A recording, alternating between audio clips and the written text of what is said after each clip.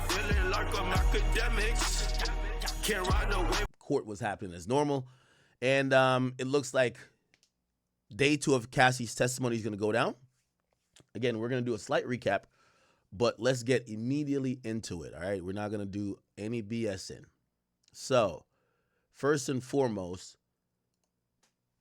let's, I'll give my own recap really quickly, but shout out to my man, Inner City Press, who is doing our live tweeting. He did do a short vlog while he was on the way to court, and this was the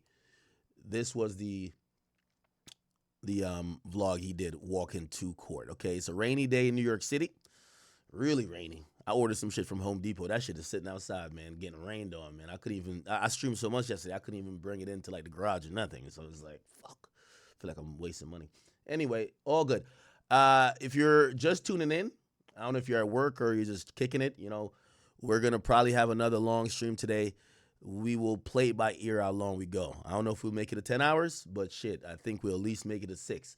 Court goes from usually around like 8:30, or in this case around like 9 to about 5 o'clock. So you'll have me probably for about 7 to 8 hours at minimum. All right. So chat, let's get into it. This is the guy who's tweeting everything, and he's talking about the current day of trial. Here we go. Okay, here we are, Matthew Russell Lee, Inner City Press, here at the Southern District of New York Courthouse today, Wednesday, May 14th, 2025. Well, Diddy docket, civil and criminal, of course. Yet we're live tweeting the criminal trial of Sean Combs. Yesterday, they finished with the male dancer Daniel Phillip, and then Cassie took the stand.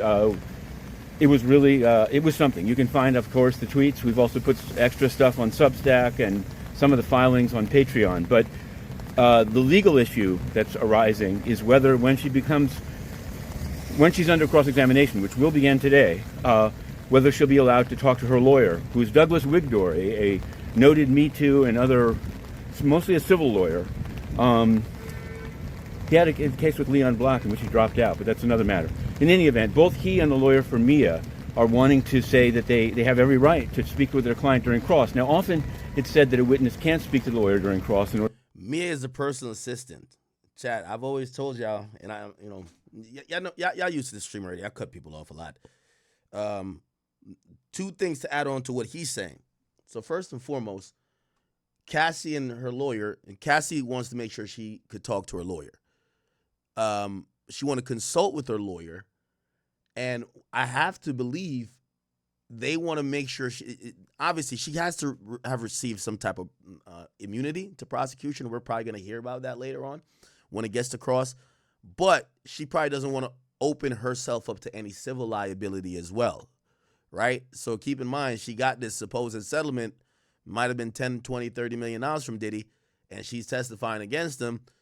Again, she's allowed to break the NDA to cooperate in a criminal trial, but there are probably a lot of nuances and carve-outs in there that if she's asked under oath, hey, what was your intention, A, B, C, and D? If she lied during the process of signing this NDA to get this money, it could be something where Diddy has some claims, again, not in a civil in a criminal way, but in a civil way, because I gave you money, now you're snitching on me. Again, not saying that's wrong, but if she was playing both sides, I'm pretty sure they may have asked, hey, listen, have you cooperated with law enforcement? I think that's a fair ask if we about to give you some money to settle, right? Okay, so no book, no that. You haven't talked to law enforcement. Let's say Cassie was talking to law enforcement. That might, kind of violate one of the terms of the settlement. So, again, not saying that Diddy's trying to go get his money back or whatever, but shit, you never know. Her civil lawyer is in there. Also, think about maybe criminal exposure she might have. Even though I do think she has immunity, I think it might open up some other claims, because you have to remember, there's a way to look at this that Cassie is a co-conspirator, and it's Cassie and Diddy who is trafficking people. Cassie booked everything. Cassie's name and her payments is on everything, and that probably holds some significant issues, and they anticipate that Diddy's team is going to hit her really hard and probably hit her with some things that she knows she can't lie upon that stand. By the way, Diddy's team has also said this, chat. Diddy's team has made an announcement to say, we plan to bring her husband on the stand. And they said as a impeachment witness. So what does that mean? they're trying to have Cassie perjure herself unless she tells what they believe is the truth, and they feel like she might try to wiggle out of a couple questions. And if she does that, they're going to try to show that she lied. And at that point, even with some protection, immunity does not protect you from perjury. So Cassie does have some legal exposure, not only criminally, but maybe even on a civil level. So I see why she has an attorney there, but she wants to make sure she could say, hey, can I have a second, or I have 5 minutes? Can I go speak to my lawyer? Because they're going to come at her with everything, right? Second of all, remember I keep telling you, the people who knows all your secrets, your driver, because you're in the back of the car, you're talking to this, you're talking to side bitch, you're talking to your shooters, you're talking business, so they know how much money you got, they know everything, right? Because you're talking, and they're usually somebody that's driving, but they're listening clearly, right? Your personal assistants, they up in your accounts, they have seen shit that maybe only you should see. Drivers, personal assistants, and your bitch. Those are the people that be knowing all your secrets. You get what I'm saying? So anyway, just wanted to add that as he continues. In order to not coordinate, but By the way, good morning to everybody. I know we haven't done crazy intros. Please, as we're doing this, everybody check in real quick. Where are you from? Where are you repping? What you doing? Where you at for work? And just let me know what y'all doing right now in life as we're all connecting on this stream. Government and them are citing the Victims' Rights Act. Of course, Alexander Shapiro for Combs said that can't trump the rights of the defendant to get to the truth, i.e., mess up the testifying witness. So there's that. On the civil Diddy docket, in one of the many cases initially brought by Tony Busby, he's withdrawn from them, has another lawyer on the case. It was a Jane Doe versus... Interesting. So Tony Busby looked like he's withdrawn from a bunch of the cases filed in SDNY, which is the Southern District of New York, which is the same court, but the criminal side, that's Diddy's going through this RICO case. And looked like, at least what Matthew Russell is saying, is that he's withdrawn from them. There was a couple of issues that came up with Tony Busby. Not only did he have incredibly bad press after he tried to do the Jay-Z thing, it was also realized that he did not follow court rules properly. So when you are a attorney that doesn't practice in a district or a precinct, or in this particular setting in a it would be district, because it's governed by this district, or this circuit actually too. This district court, which is SDNY, which is a court for Manhattan and a few other places within New York City. He practiced in Houston. You have to usually do what's called a motion to pro hac vice. It's a Latin word, which means one time and one time only. I'm a licensed attorney that could practice in Houston or in Texas, and I'm going to appear in a New York case on a one time only basis, even though I know I'm not licensed to practice in the state of New York. Sometimes, and per the rules of some places, you have to hire a local counsel because they don't want to have to teach you basic shit about just certain general, procedural rules that a local counsel would know. That happens more on state court, but you do have to file these things when you're not a practicing attorney within that thing. Tony Busby supposedly didn't, which I'm kind of surprised because he has a bunch of people on his staff, and the court was giving him hell for it and looked like they rejected him, and he didn't do the necessary steps to get back on, probably because of all the other stuff. So we haven't seen Tony Busby at this trial. He's been rather quiet. He claims to represent all these victims, but we don't even see him. Tyrone Blackburn is there trying to, probably piggyback off the moment and some of the things that's heard in court. Tony Busby, ever since the Jay-Z L, right, he's kind of been in the winds, and now we're hearing he's kind of substituting other lawyers on the case for the cases that he initially announced and filed. So shit's going to get interesting with Tony Buzz. Of course, the Sean Combs case, in which, involving, I think, 2014 in Las Vegas. In any case, it's been found and ruled by Judge Broderick here of the Southern District that Jane Doe cannot proceed under pseudonym and must either give her name by May 20th in an amended complaint or see the case dismissed on that ground. So there's a lot of This is how it's going. We're covering it closely. It seems to be going out all over the place, including Perry Match. Not that it matters. We've asked, believe it or not, to go international. We've asked the UN about it because they often are talking about, I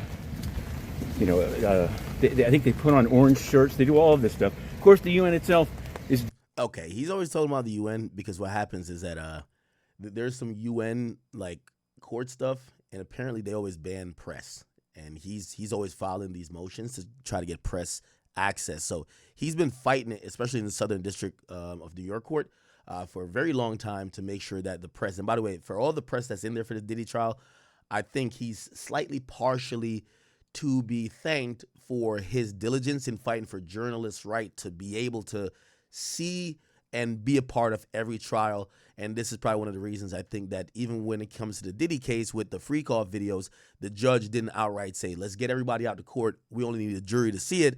They realize that the press has the right to witness some of this stuff. And yeah, he's been constantly in that court with back and forth motions. I follow him. He does a lot there. All right. I think he's going to talk about that for the rest of the time. deeply involved, but has no comment on either this case or Gérard Depardieu. Yeah. Now, he covers many different cases. Okay, cool. So I see Megan Cunniff underneath here. She says, thank you for your work. Could you let us know which one of Diddy's lawyers is doing the objecting during Cassie's direct?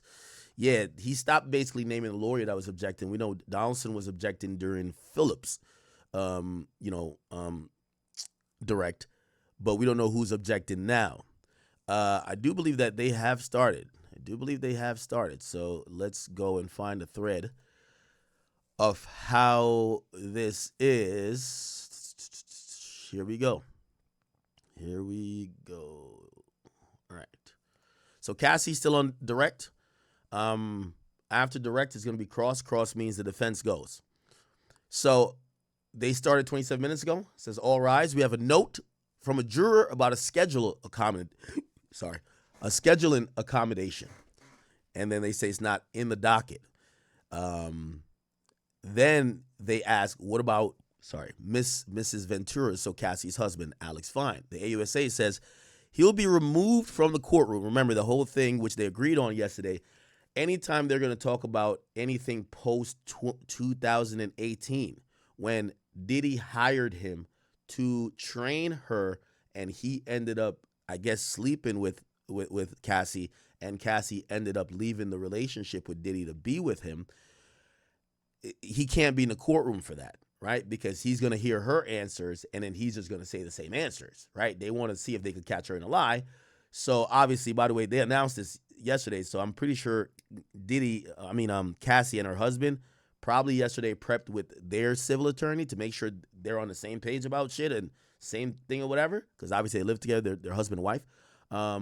Also, here's the thing too. This is another reason I would imagine Alex Fine, they got the $30 million now, supposedly $30 million in the settlement from Diddy. I would imagine that they have a criminal lawyer that's there for Alex Fine. So here's the thing too. You got to remember, even though they're going to be trying to use Alex Fine as a impeachment witness, they also can't force Alex Fine to, again, even though Cassie's not charged, there is something that is a law that if you are married to someone, you can't necessarily, the government can't compel you to testify against your spouse. So I'm pretty sure there's a criminal attorney that's going to be in there if they see that's going to be with Alex Fine, probably even Cassie as well. That's going to make sure that it's no way possible that there is a perjury situation that could possibly either put Mr. Fine, which is Alex Fine, which is the husband, in legal trouble, or Cassie in legal trouble, right? So that's going to be interesting. So they've agreed that he's going to be removed from the courtroom before a certain issue comes up. Cool. The judge says, has the privacy screens been installed? And it looks like they're talking about maybe the privacy screens, and today might be the day we start seeing videos. Well, not us because we're not in court, but this is the free call videos time, huh? Says they're being installed with the court tech staff. And the judge says, on confirmed with counsel issue, I tend to agree with Ms. Shapiro. AUSA says, what about conferring with questions about privilege? Now, here's the thing. So the judge is saying, I agree with Ms. Shapiro. Remember, that's the appellate lawyer, right? That's the appellate lawyer that is rocking with Diddy. but they're bringing up some issues that it's better to solve the problem before it happens than have to go fix it later in appeals. So, or appellate court. They're saying that the judge is saying they agree with Diddy's lawyer, saying Cassie should not be allowed to speak with her lawyer during cross-examination, right? And it's because if I don't know the full thing about that, so let me not assume. We'll probably get a little bit more on it. Anyway, Combs, so Alexander Shapiro says, I'm concerned that during the break, there could be generalized discussion about testimony and might come up. We're going to try to avoid any privileged communications. AUSA says, during Mr. Phillips' testimony, I spoke with his lawyer, okay? And the AUSA says, we anticipate these witnesses being on cross-examination for multiple days. We need to speak with them about security and transportation. The judge says, Ms. Shapiro, can you draft up something on paper, an instruction that you would want me to give? So it looked like the judge is agreeing with Diddy's lawyer. Basically, they're going to bar Cassie from getting spoon-fed these like almost legal responses. Because, say you ask her a question and say, hey, at any time, did you ever prevent one of these strippers or whatever from leaving, or prevent Sean from leaving her? Things could get a little hairy when they ask her questions and she got to answer truthfully. So she might be like, hey, can I talk to my attorney to see like how she could either get around the question or how she should technically answer it, or ask their attorney like, hey, if I admit this shit, do I have protection for it? Diddy's lawyers don't want her to be able to do that, right? Cool, let's keep going. The AUSA says the defense has sent us a zip file of the text messages. We're reviewing them before raising it, okay? So it looked like there are going to be some text messages. Look like maybe it could be text messages where Diddy's confronting Cassie about like, yo, wait, you fucking the trainer or whatever. Before, I think that's what they're talking about when they're going to introduce Alex Fine. And when they do that, they want that nigga out of the courtroom. The judge says, I appreciate it. So the defense looked like they have shared a little bit of their strategy with the AUSA. Now, I have to believe the AUSA actually believes that they're going to get a chance at Cassie today, because you don't want to give did I say AUSA? Diddy's team think they're going to get a chance at crossing Cassie. So the cross-examination on Cassie. So they're going to get to interrogate her on the stand. That's why they're sharing this, to say, hey, listen, we're going to show you our hand, because when we say get that nigga out the courtroom, you'll know why. I got to think they're expecting or planning to talk to Cassie today instead of tomorrow. And I don't know, we didn't get a timeline on how far ahead the AUSA is in their direct on Cassie. So when are they going to end? I would imagine she's going to be on the stand until at least lunch. Will it be until the end of the day? We don't know. So the defense already sent a zip file of text messages that they would want to bring up. The judge says, I appreciate that. Comey says, the defense still hasn't shown us the exhibits they might use in a cross-examination. We're worried this will continue. And then Combs' lawyer jumps in and says, we are making several chains of text messages. They had these documents in their possessions for 8 months before we got them. Okay? And essentially, they're saying, what we're giving to you is our strategy, not evidence. You guys had the evidence. You had it for 8 months. So you should have prepared for the entire trial. We're just trying to earmark our strategy that when we want someone out to court or whatever, it gets done in an orderly fashion as per the judge rules. But the prosecutor was just saying, yo, they just turned this over to us. It's like, no, y'all had them before. That's what they're trying to say. They've had these documents in 8 months. The judge says, well, we're here. We're told there's half a day of direct left. Okay, so we get to find out. So it looks like they're planning to get Cassie done with direct by noon or by lunch, okay? So could you give them at lunch? The defense says our paralegal has printed them out. Comey says, man, they should have printed these exhibits out to us on April 27th. Garrett goes, oh, you guys can't see it. I'm sorry, Ted. I'm sorry. Let's get, we got to get ready today. By the way, it's an early morning. It's not even 10 o'clock, so good morning to all y'all. So it says, our paralegal is printing them out. Comey says, well, y'all should have turned these these exhibits on April 27th. The judge jumps in and says, well, Miss Garagos, talking to Tenny, we did have a schedule. As you marked them, why shouldn't you be required to turn them over? Agnifilio answers, Rule 16 does not contemplate these carve-outs. We're not behind on the 8 ball on this. We have compiled with Rule 16. I would be surprised if the government only has another 3 hours with Ms. Ventura, but whatever. Agnifilio says, we don't think it's required, but we'll do it. Luckily, we have a sizable defense team, so we can do it. The judge says, Ms. Comey, what do you want? Says, we want their exhibits, not a trial by ambush. I want them now. I will find the cases. So, again, they're both arguing something a little bit different. It's clear that Diddy's team is arguing, yo, this is not evidence. You guys had evidence. You guys had them 8 months ago. This is our strategy. But the prosecutor is saying, well, your strategy also involves other asks you're trying to get over. For example, our witness can't talk to their lawyer or can't talk to us during whatever time they're going to be on cross.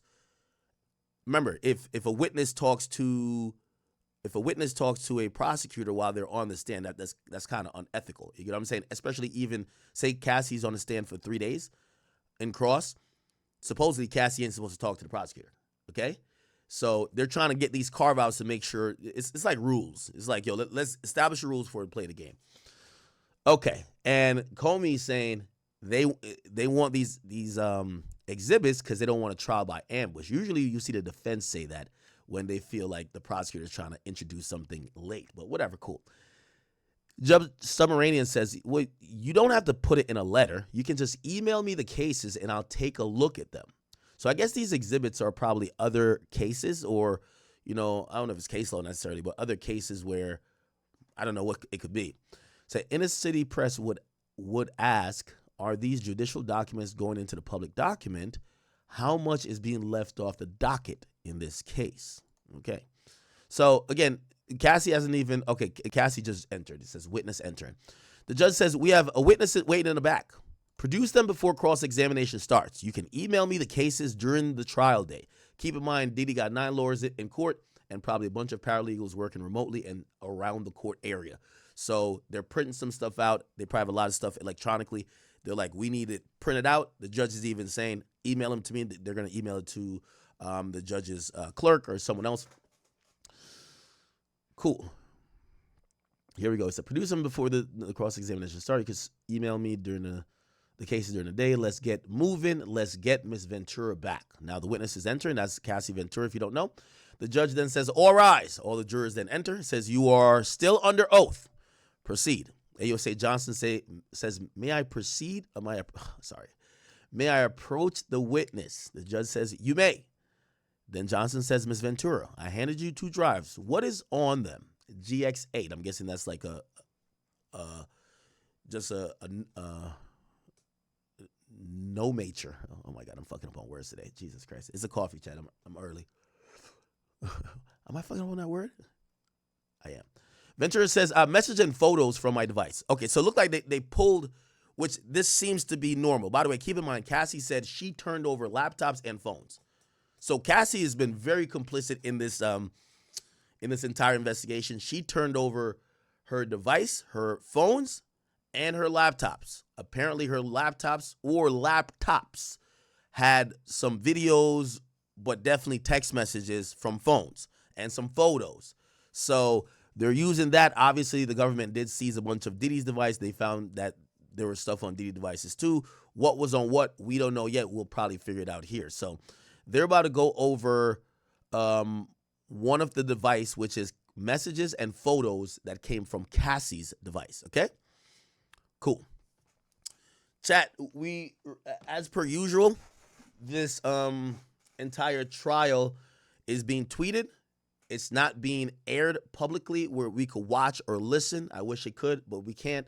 So what would happen is that we're waiting for these tweets. They're probably usually about 2 to 3 minutes apart. And while we do that, we're usually trying to is that yeah. Oh shit. My boy Aiden just called me and said, read my chat. I thought I was muted. Aiden, what are you doing up at 9 o'clock, my boy? He says, read your chat. What do he post on Kick? Oh, somebody says, Aiden, what? Oh, shit. Oh, my boy Aiden making it rain. Oh, shit. Nah, yo, Aiden trying to take me shopping like Diddy. Yo, chat. My boy Aiden Ross. Yo, chat, is this flirting at this point? Is this flirting, chat? Tell me why Aiden Ross just gifted me a shit ton of subs. He gifted me 50 subs. Thank you, Aiden, for the 50 subs. You heard what 50 Cent said. He said Diddy offered him to go shopping, and he was like, yo, this shit is gay. I felt like you just threw 51s on me. I'm not going to call it gay, though. I appreciate you, okay? I appreciate you. By the way, Aiden, whenever we do get on the phone to talk, or we get on Discord to talk, remember you were playing gay. I want to ask you about some shit that is gay. The Diddy rubbing the semen on his nipples. I got to ask a white person about that, a Caucasian. I'm going to be honest with you. I got to see what y'all think about it. I'm Jamaican, so y'all know where I'm going to come from with my thoughts on it. Gay. Okay, I need to know what the white boys think about it. Remember, and right before I start reading the Cassie tweets, I just want to give you guys a recap in case you're just tuning in. Yesterday was pretty much ended on a bombshell about the intricate details of the freak off. Cassie getting pee in her mouth until she choked. Cassie, basically, Diddy instructing Cassie to have sex with these sex workers until they ejaculated. He would make sure they ejaculated. They would ejaculate in her or on her. Then Diddy and Cassie would go to a secret room, or not secret room, but go in the next room. And she said she would scoop the semen off of her and rub it on his nipples. Or I'm guessing if he came inside of her, she would scoop it out and then rub it on Diddy. Which also, again, this is me ad-libbing here. It feels like this was done purposely to be outside of the not only earshot, but the eyesight of the male prostitute, that they didn't see that Diddy was doing these things. So for them, they might be like, Diddy's kinky, but they didn't ever think that Diddy wanted pieces or parts or shit, man milk. You know what I mean? Like Diddy wanted some baby batter. You get what I'm saying? Also, we also find out that Diddy either was trying to fight or they got in what they call an altercation. It seemed like it was verbal with one of the sex workers while he was putting in that pipe on Cassie. Apparently, he looked at Diddy and Diddy got mad. Now, some people feel like that was, and again, he's not on trial for if he's homosexual or not. But if you're mad, the sex worker looks at you, but then after the sex worker comes in or on your girl, you and her go to a secret room to rub the sex worker's semen all over you. Yeah, there's a problem. Or not a problem, but that seems like something might be up. So let's get into it now. So what else bombshell was dropped yesterday? Cassie also admitted that Diddy did ask her if she did not want to do the freak offs anymore. She said by him asking her that, it's like he knew she didn't want to do it no more.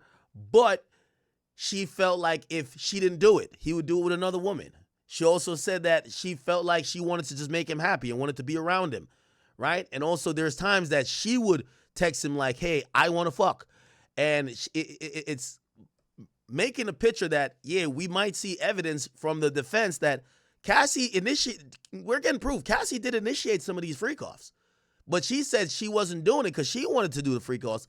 She felt that was the only way to be around him or to make him happy. So she's taking, hey, I didn't know what the hell was going on. I'm a full victim, right?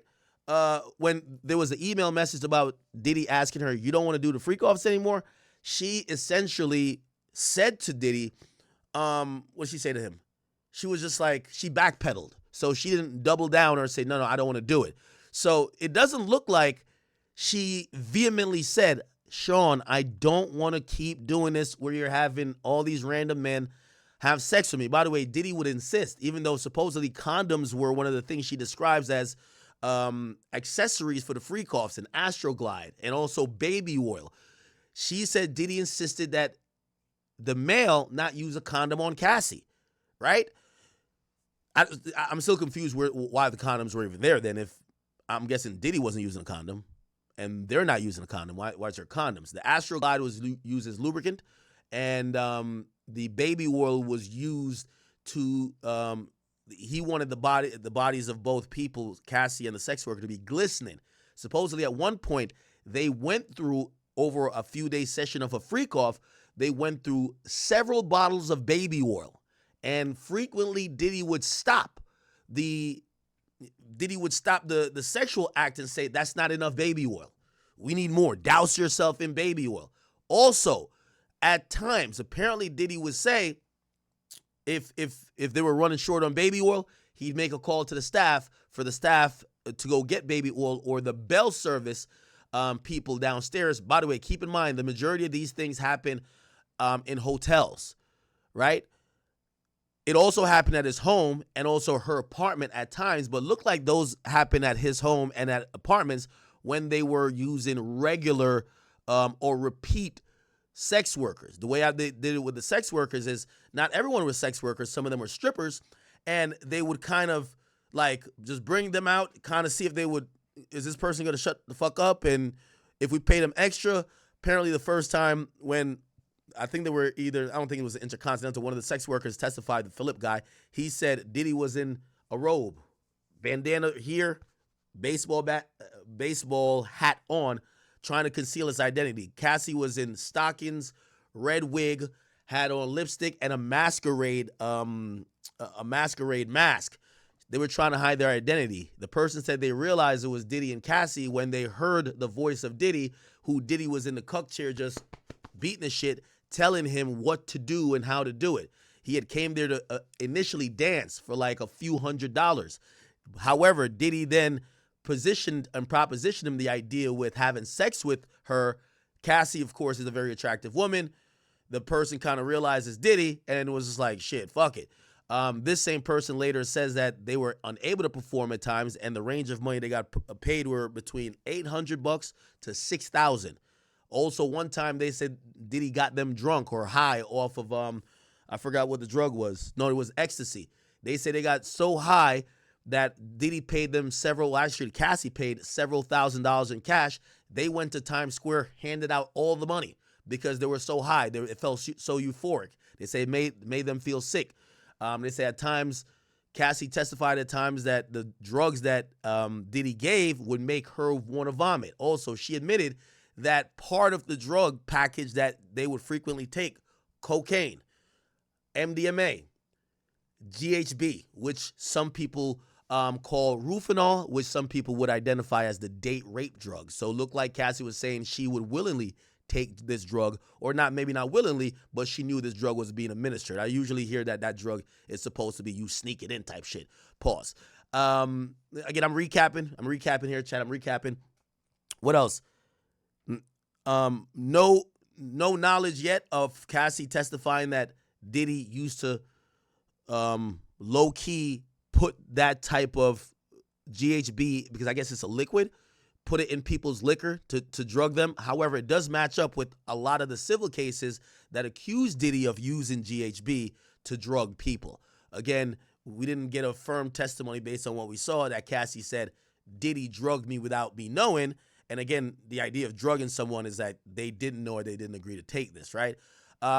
What came out in later cases, I know Little Rod case about pink cocaine and stuff like that, we haven't heard too much about necessarily that yet, but we're working on a time period from 2006, and I got to imagine up to 2015 at this point, to the first half of their relationship.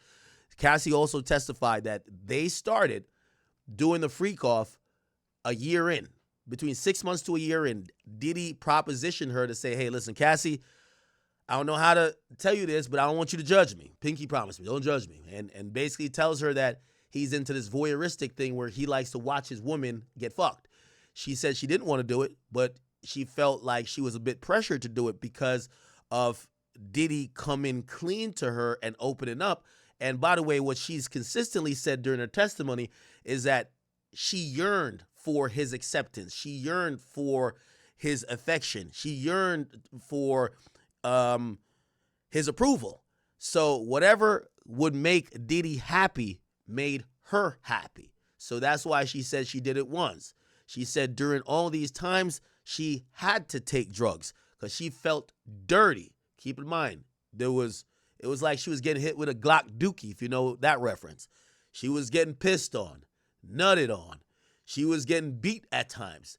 Now, granted, the sex worker did say that Cassie asked for the urine. Cassie supposedly said, "Have you ever peed on someone?" And then the dude said no, and then Cassie did it. Cassie supposedly laid on the ground.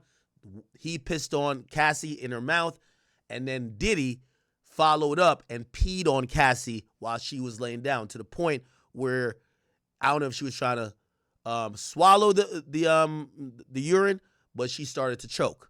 Again, a lot of those details came out yesterday. I'm trying to remember if anything else. She basically said that after her first album, she signed a 10-album deal with Bad Boy Records. After the first album, her job pretty much became train for freak-offs. It was weekly freak-offs. They didn't miss a week. It happened for years. It became, Diddy stopped having her really make substantial moves in the music industry after her first project, and wouldn't really greenlight her music going out. He would just have her do what she calls busy work. Like, you know, he's still paying her, but he ain't having her doing nothing that's further in her career. He would tell her she need to go to train to get ready for the freak-offs. So she was training for the freak-offs. What else? I think we kind of got to a lot of what was said. Let me see what else she was saying. We watched some supporting videos that kind of backed up some of these claims that she's making. She also admits that one time after Diddy abused her, because one of the sex workers that was working with them, he said his dick couldn't get hard anymore after he witnessed the abuse. He didn't feel aroused when he was in that situation, seemingly almost giving an overtone of, okay, we're not just doing some kinky shit. This shit looks like she's getting her ass whipped and I have to fuck her. Like, it doesn't make the dude hard anymore. Diddy would give these sex workers, if they couldn't perform, Cialis. That's a drug that's usually an erectile dysfunction drug to make sure their penis could get hard to do whatever they got to do.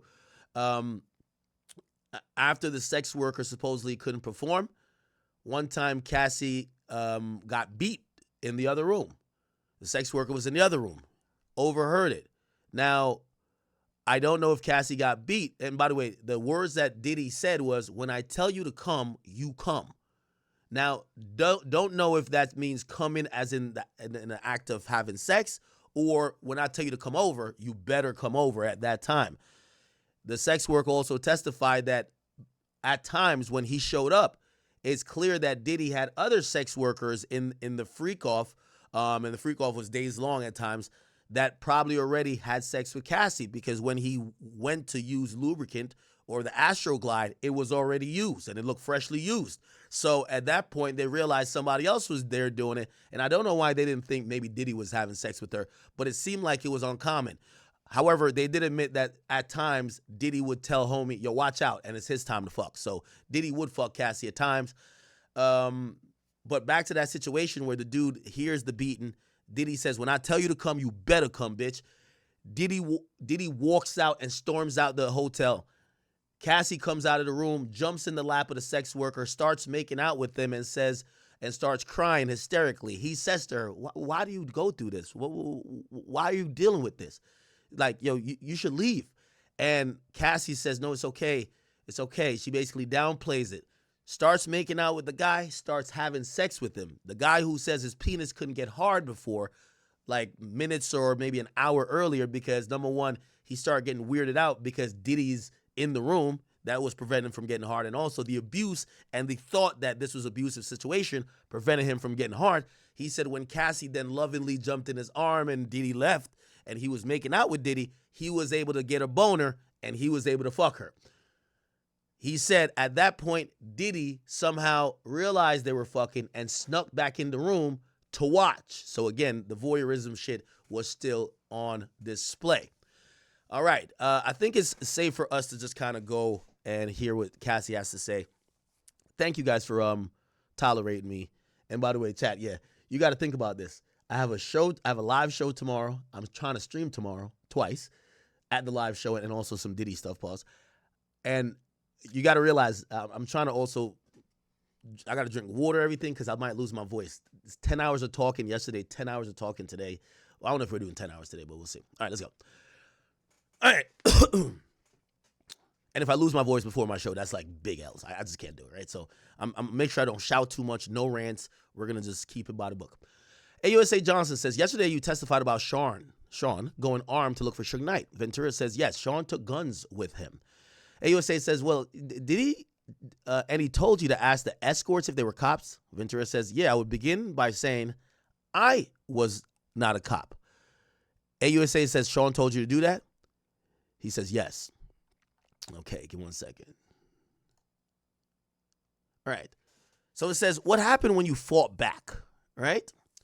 Ventura says, well, I did that more early in the relationship. It would make him more violent, want to push me harder. The defense says, objection to speculation. The judge says, overruled. AUSA says, how would Sean react if you fought back? She then says, anger. AUSA says, I'm going to show you the LA Intercontinental hallway again. By the way, they're going back to this incident. They talked about it before. She says, they said, play from 143 to 146. AUSA says, who enters? Ventura says, Sean. AUSA says, what's in his hand? Ventura says, he doesn't appear to have anything. AUSA says, play to 159. Now, anything in his hand? Ventura says, my phone. AUSA says, how did he get it? Ventura says, well, he took all my stuff. AUSA says, where does he end up? Ventura says, sitting in a chair in front of the window. AUSA says, by the way, the AUSA is a prosecutor if you don't know, okay? AUSA says, what are you doing? Ventura says, I'm walking away from him.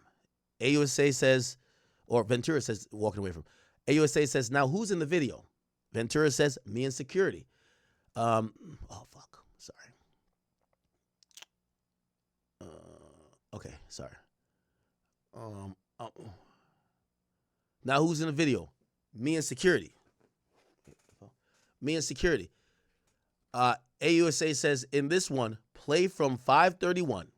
Where did you go from the hotel? Ventura says, to my house. I took an Uber. AUSA says, now let's turn to text messages. Can you read page 4? Ventura says, please call, I'm surrounded. So let me kind of go back and just kind of put this in context. Okay, so after she was with security, they said, and in this one, play from 531. It looked like it's a longer video. We've never seen this full video. And looked like this is clearly from the surveillance tape or someone who had this video, right? We don't know if it was Diddy or the person who sold it that's quote-unquote deleted. But this is 5 minutes and 31 seconds. The video we have of the beating of Cassie never shows a security guard. So that's an abridged version. It says, play this one from 531. Where did you go from the hotel? I guess it shows her leaving the hotel. She says, to my house. I took an Uber. AUSA says, now let's turn to the text messages. Could you read page 4? She says, please call, I'm surrounded. So I guess that's Cassie's text. AUSA says, who sent that? She said, from Sean. Oh, okay, never mind. So Sean said, please call, I'm surrounded. And she's saying, he was running around in a towel. I told him to put a robe on. AUSA says, who sent these green messages? Ventura says, I did. I wrote to Sean. Jules left. By the way, Jules is the porn star, I believe. So that's a sex worker. As long as you're quiet, you can stay. Peace. Who was Jules? An escort. Okay? So look like what they're doing here is having her admit that one of these sex workers, so again, I don't want to be scatterbrained. I want to make sure you guys understand this all. He beats her up. Security intervenes. She supposedly leaves. I think they were trying to get him to leave, right? Regardless, Cassie basically invites him back after the beatdown, right? And that seems to be the thing, right? So Cassie, they're establishing that even after the video we saw in the hotel and they did separate, Cassie invites him back, all right? AUSA shows a picture. Is this Jules? Photo shown, a guy with a big smile. I say, yes. It says, AUSA says B606, 607 side by side. This is Cassie in big sunglasses. It says, that's me. a selfie of me with a fat lip. So she's saying that this was probably a selfie of her with a fat lip right after it happened. She said, when did you take it? In the Uber with one of my phones. AUSA says, what did you write here? She says, I said, please stay away from me. So it looked like she said to Diddy, stay away from me. AUSA says, and what does he say? He says, I'm getting arrested. So it looked like Diddy was trying to tell her, like, yo, Cassie, I'm about to get arrested. Which, you know, again, if we're using, remember I told you, we're going to have to use some common sense here. It looks like maybe they fought a bunch, or let's not assume mutually. Let's say he would beat her ass and she would protect him. So it looked like he's saying, I'm getting arrested, to try to get her to either come back or help him out, right? AUSA says, was he getting arrested? She says, I don't think so. What did you write back? Ventura says, I'm plugging my phone in and going to bed. AUSA says, who was at your home when you got there? Ventura says, Carrie Morgan. She was upset when she saw me. She called the police. Oh, wow. So, this is the first time we found out about this. So police were called. I guess they see Cassie with a fat lip. I don't know if she still had sunglasses, but she probably went in the apartment. She probably took off the glasses. I don't know if she has bruises or a black eye or something like that. By the way, we see a video of her doing an interview the next day, and, you know, makeup's a hell of a thing. So we're not going to say she had no bruises, but whatever. He said, did you speak with them? She says, yes, but I didn't say who I was talking about, and they left. So why? I wasn't ready. So it looked like she spoke to the cops. She did not say, by the way, memes, get me this. I need to post on Instagram. That's important. So we now find out, because that is a critique, and I think many of us, you know, men, when we talk about, we said it with DDG. Why are you going to get some shit, keep it in your phone, and 5 months later, or with this would be 9 years later, you didn't call the cops. Now you're ready to go either sue about it or tell the world about it. Why you ain't call the cops? It appears that police were called. But Ventura, Cassie, she just didn't want, she told what happened, but she didn't say who did it. And because she didn't say who did it, it's little they could do. Diddy doesn't get arrested, right? Did Sean try to come to your apartment? Ventura says yes, he was banging. That was pretty normal from him. But this is a pretty private building. Did you hear from Miss Karan, which is chief of staff of Diddy, that day? Ventura says yes, and I went to see D-Rock and his wife to feel safe. Again, we keep hearing the word D-Rock. D-Rock, if he's a D-Rock and James Cruz, if they are witnesses, it's gonna be crazy. Not only are they gonna hammer home all the abuse, I'm wondering, because some of these people worked in the organization of Diddy, I'm wondering how they could basically fill out this RICO requirement. Because what we're hearing, Diddy beating her, Diddy beating her, Diddy beating her. Yeah, she's in fear, but yeah, Diddy's beating her. It's not necessarily sex trafficking, if you ask me, and that's just my humble opinion. That's domestic violence. We're hearing a lot of domestic violence. She's in fear of him. He's beating her. He's intimidating her. Doesn't seem like sex trafficking, even though I know you guys might say, well, what about the freak-offs? I don't think that's like black and white sex trafficking or at least a racketeering enterprise for sex trafficking. But we don't know what fully the prosecutor has to play, right? Let's wait for the other tweet. AUSA says, in this photo, what were you wearing? She says, a gown and sunglasses. I had a black eye.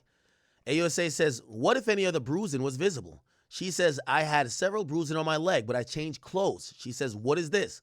Me and Sean at the after party. And I guess they went to an event the day after, right? I think we looked at that. Cassie on red carpet with bruises. I think Page 6 had published it, saying this was Cassie on the red carpet just 2 days after the attack. Apparently, there's people they were showing bruising that was supposedly on her legs. They felt like there was bruising here.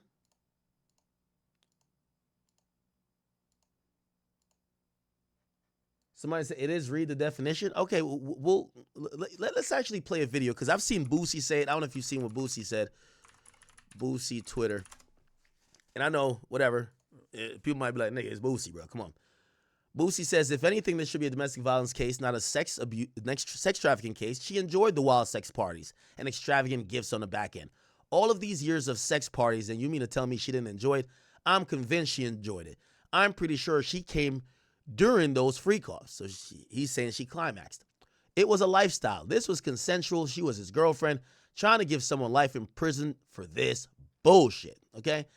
Now, let's get to...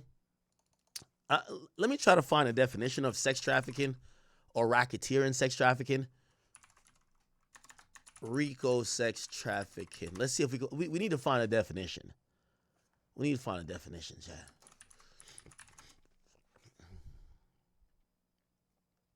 Okay, because that's the thing. Is this human trafficking? Human trafficking and sex trafficking are kind of like slightly similar, isn't it? But you know, sex trafficking is more towards for the use and purpose of sex, while human trafficking could be for the use and purpose of work and other things. Why do they have this? Oh, this is a crazy like thumbnail. There's no way. Okay.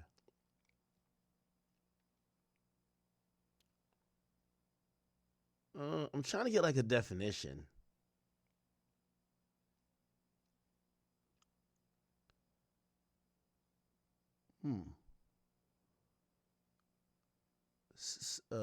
Sex trafficking law. Let me see. Sex trafficking law or explained law. Yeah, we just need some explanation of it. Include the option for someone to text a specified number for... Okay, so it's still a little bit blurry and hazy. All right, man. Okay, cool. So it says in this, and I think we've pulled up this picture. So it looked like she had a black eye. I don't know if we could easily identify. You know, she probably put a lot of makeup on. But she said she had a black eye, right? So what other bruising was visible? She said, I had bruises on my leg, but I changed clothes. She said, AOSA said, what is this? Me and Sean at an after party. Says, I'm going to show you the escorts. Do you know the name of this person? She says, no. She says, the AOSA says, in what cities did you use him? So it looked like she recognized the face, doesn't know the name. She says, we use this person in New York. They said, who's this? It says, Islander. He was on Latin Men. We used him in LA and maybe in Vegas. So they call this guy Islander. Is Latin Men a website or something like that? Pause. I don't even want to Google it and find some shit. Should I Google it? No, I don't even want to Google it. Okay. Let's keep it going. They showed somebody else, Timothy. By the way, I hope you guys are understanding that. I guess this is part of proving the RICO. If for the AUSA, they're showing how much niggas that Cassie was forced to fuck. So they've named, and early on in her trial, in her testimony yesterday, they named like 4 or 5 dudes. Right now, they're naming another 4 or 5 dudes. So we're getting to realize it's dozens. Right. Ventura says, we called him Tommy. They said, who's this? I know him as Greg. He's from Miami. Who's this? Jonathan. We saw him in Miami. I guess they wasn't turning up another notch. Holy. AUSA says, who's this? Red cap backwards. He said, I don't know, but he looks familiar from the freak-offs. Okay, so they're now hammering it home that Diddy had probably a system of hiring these guys, also using these guys in multiple locations, right? Part of trafficking is moving around, and especially when it comes to federal sex trafficking guidelines, this I do know, is crossing state lines. So it's clear that these people are going from state to state to state, and that is going to have some type of, and say, oh, Jonathan, ooh, chat, Jonathan Odie. So who is this? This is Jonathan. We saw him in Miami.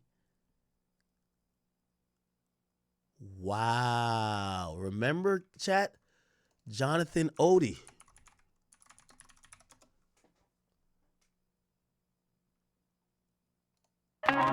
By the way, chat, Jonathan Odie reached out to us or a some affiliate of theirs, and they claim they were down to speak with us. He's locked up, I believe, though. But this conduit was going to try to put it together. I got to figure out what happened with that. So this guy was right. Jonathan, I got to believe the guy's name is Jonathan Odie. Cassie confirms. Jonathan, Miami. By the way, Trump Doral, it's in Miami. It's Trump National Doral Miami Hotel. Of animals, blood sacrifices, and everything came and threatened me at my house. Post-settlement, after we settled, Diddy sent Ross, and I asked him to go see if that was Ross and confirm his identity. So Gonzalez, he can back up what you're saying about... Yeah, going crazy with that. It's not that he's lying. Don't get screened by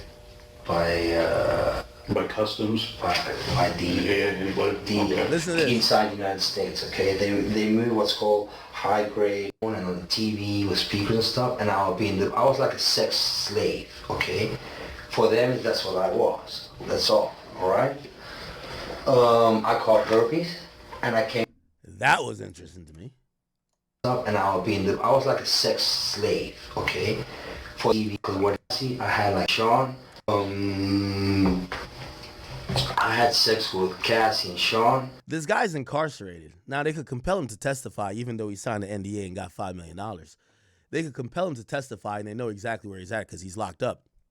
However, not only could they compel him to testify, I wonder if they use this interrogation footage. Now, granted, usually they lean towards bring the person in rather than use the footage. So I think they will just bring him in from the jail or the prison, wherever he's at, rather than have them having to use this footage as some type of evidence. Because, of course, a defense attorney could say, yo, this guy was probably high off drugs.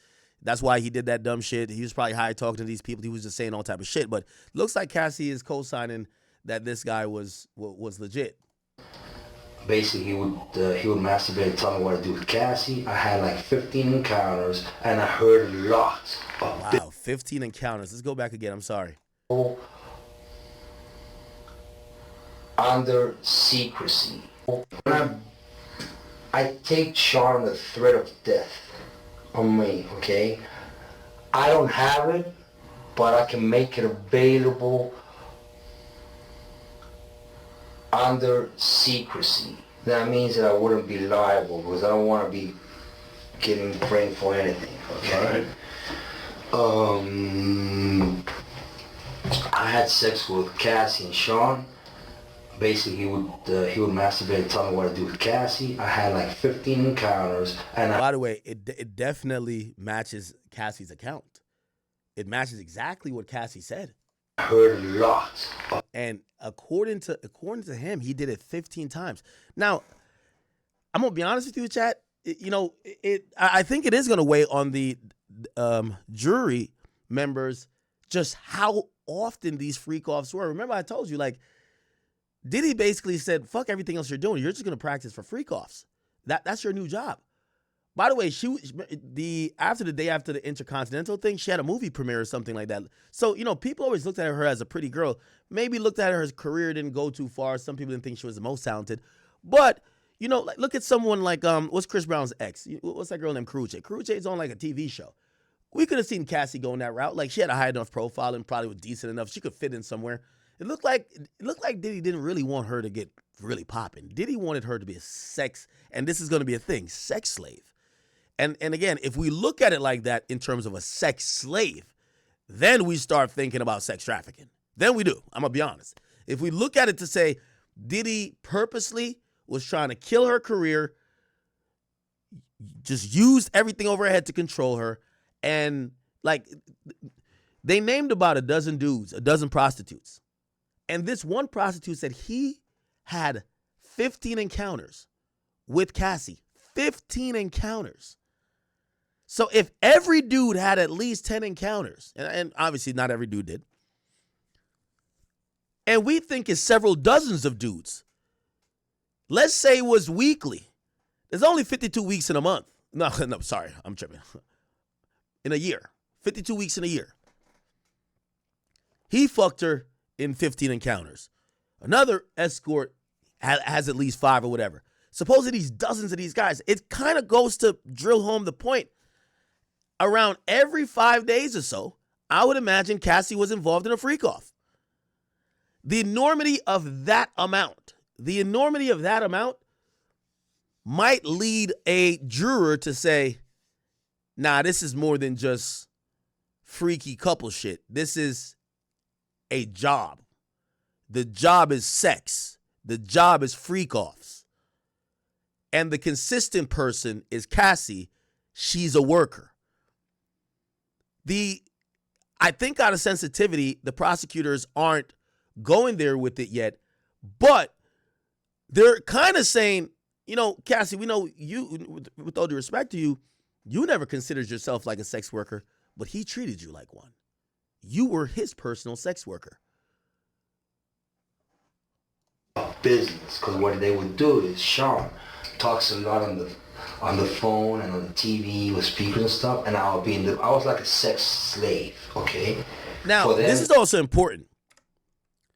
And remember, you know, we also heard that Diddy would give instructions sometimes through the phone. And you're like, well, I thought he's in the same room. Sometimes it looked like he might have been in another. I don't know if maybe sometimes it was on some ASMR type shit where he only wanted to listen, or maybe he had, you know, they also mentioned that sometimes he set up cameras and he would watch from a different room. And maybe he wanted to watch from a different room. Maybe the guys couldn't perform when he was in a room, or maybe he wanted to do some other freaky shit that maybe he didn't want the guys to see. It's very clear he was comfortable with Cassie knowing or seeing that he would rub semen on his nipples, but he didn't want the sex workers to know that.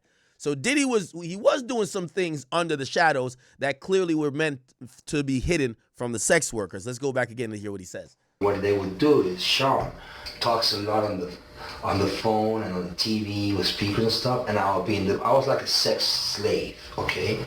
For them, that's what I was. That's all. All right. Oh, maybe I misunderstood that. Looked like they have a suite. He's waiting out in the living room to fuck, and he would overhear Diddy saying shit in the room because he's talking on the phone and maybe on conference calls, 2006 and shit like that. Maybe he has a laptop. You know, he clearly had some electronic devices. Maybe he's on Skype. Was Skype around then? Skype, Uvo, whatever people could use to like maybe video call or, you know, whatever. So it looked like he says he was just sitting out there like we've heard from other sex workers. After they fucked or before they fucked, they would just be sitting in the living room while Cassie and Diddy's in the room, and they're just there sitting. They're sitting. And then Diddy will either send Cassie in or come in with Cassie and then instruct him. However, this guy is, you know, basically he just shot up like a spot. So he's telling, yo, I know some info through Diddy. And he's telling how he got it. He's saying Diddy's in the other room on the phone. So it looked like this freak off shit was so nonchalant. Diddy was probably having board meetings and shit like that. You know what I mean? Like, yo, bad board meetings while the prostitute is warming up in the, or the sex worker is warming up in the other room, ready to slang some cock. You get what I'm saying? So this dude say overheard a lot. Right? I caught herpes, and I came back and I sued him for the herpes and won. But so he said, and now this is interesting. He said caught herpes, and I guess he's blaming Cassie and Diddy, or blaming that encounter, right? And he's saying he sued and won. Now, here's the thing. If he sued, we would have seen a case. Now, maybe this case is under seal somewhere. I'm going to do some digging on this. I'm going to do some digging on any case with him. Chat, I don't know if some of y'all know how to navigate the legal stuff. We got to figure out, did this guy ever have a civil case? And he said won, but I think he means settled, because I think he means they just paid him. I caught herpes, and I came back and I sued him for the herpes and won. But Mark Garagos and Ben Mercedes were his attorneys, okay? And Christopher Leons here was my attorney. They asked me to turn in that, which was the video recording, and I did so. They gave it back to me accidentally, and it's possible I threw everything. So he said he had video recordings. Ooh, that's interesting. Why was Diddy allowing these guys to have video recordings? That's interesting if that's true, right? By the way, I'm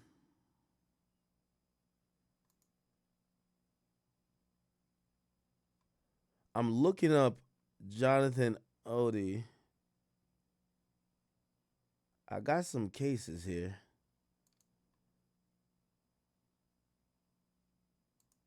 Yeah, I got some cases here. Hold on. Okay, I see his marriage. By the way, if you don't know why this guy started being a prostitute and ended up with Cassie and Diddy, he was going through a divorce. While going through a divorce, he starts doing this. By the way, after I guess he contracts herpes or whatever, and also before the payout, he finalizes his divorce. He finalizes divorce before the payout, which I now know the date. The date of the filing, of the divorce is 7/14, which is what was that, July 14th, 2014. So he must have got this money back in he must have got this money after 2014. Okay, let me see. When was the case closed? I know the filing day. I don't know when it was closed. All right.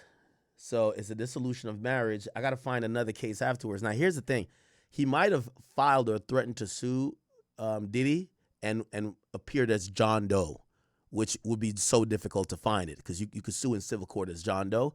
And maybe that's when Garagos took over the case because Garagos was representing Diddy, and then they probably settled with him, right? Because I'm pretty sure, let me search Diddy's name. I don't think, they probably never filed. It probably was, they probably served a intent to file, and Diddy said, fuck it, take the bread. Let me see, Sean Combs. I'm trying to see if I can find anything.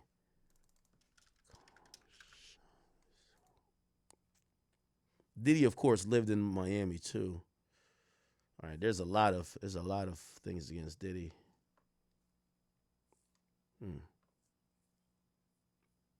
Can't see anything that is popping up. Sean Combs. You know what? Let me Cassie Ventura. By the way, chat, remember in Usher's herpes case?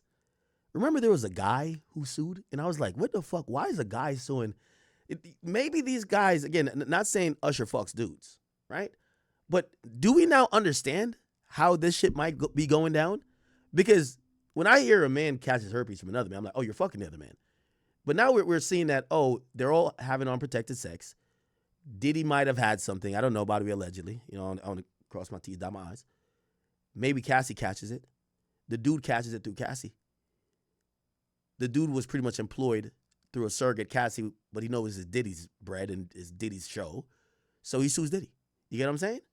But they catch diseases in free coughs.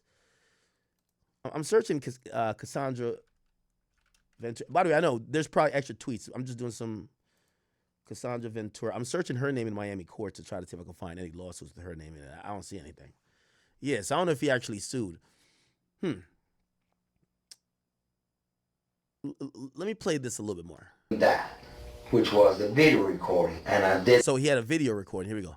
Were his attorneys, okay, for the reason won, but they did.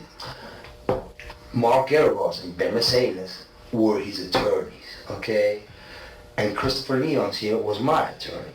They asked me. Christopher Neon. Remind me of that name, chat. So his attorney now for this case was his attorney for then. To turn in that, which was the video recording, and I did so. They gave it back to me accidentally. He said, I guess it was part of the settlement. He turns in a videotape to them. I don't know how he had the videotape, because why would you let a sex worker have it? But they accidentally gave it back to him. What? And it's possible, I threw everything out, it's possible I can produce a copy. Gotcha. It's possible. So he's saying he might have a copy of it. I'm not sure. Now, how does this lead towards Donald Trump? Okay. The Mercedes family. Ben Mercedes. So he goes into a whole conspiracy theory about the lawyers working for Diddy at the time. Keep in mind, Garagos, who he's talking about at the time, Mark Garagos, is the father of Diddy's current lawyer, Tenny Garagos. By the way, Mark Garagos also seems pretty adjacent to this case, like he's still working for Diddy. So, you know, this guy, he sounded super crazy, like, yo, there's this big conspiracy, da-da-da-da-da. He sounded crazy at the time. I mean, obviously, I still think he sounds crazy because Tupac is dead, okay? And he said Tupac's alive in Cuba. That's a lie. But he did mention some stuff about Khaled and Ross. We'll figure it out later. But, okay, let's keep it going, Chad. Keep it going. Holy. AUSA says, what did you write here? She says, this is all we do. I'm just getting back on track. I'm sure you could call Kim or something. Oh, so look like she at a point expressed to Diddy that she was fed up with the same cycle of freak-offs. And she's just saying, is this all we do? She's like, I'm just trying to get back on track. Like, I'm sure you could call Kim. So it looked like she's throwing a little shade there because she's like, I know you fuck Kim Porter still, which, by the way, we got to see what time period this is. When did Kim Porter die, and how long was that overlapping period where Diddy may have been dealing with both of them? Because Cassie seems to be saying, why don't you go do this shit with Kim Porter? He says, AUSA says, what do you mean this is all we do? She says freak-offs. AUSA says, did you try to avoid anything in the freak-offs? Ventura said, I tried to avoid kissing. It seemed too intimate, but Sean told me to do it, to kiss the escorts. AUSA says, what did Sean ask you to do on your 29th birthday? She says a freak-off. Oh, my God. When did Cassie turn 29? When did Cassie turn 29? Keep in mind, this is 2015. And by the way, this is still a year before the beatdown. So I think we could almost. So Cassie turned 29. Basically, she admitted that the freak off started when she was 22. So this is 7 years of freak offs.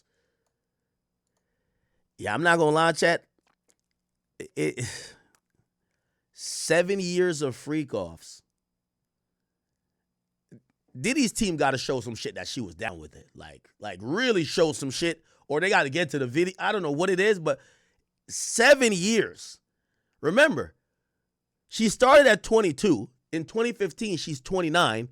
In 2016, when the LA Intercontinental thing happened, which that supposedly was a freak off too, she's 30. 8 years of weekly freak offs with all types of men.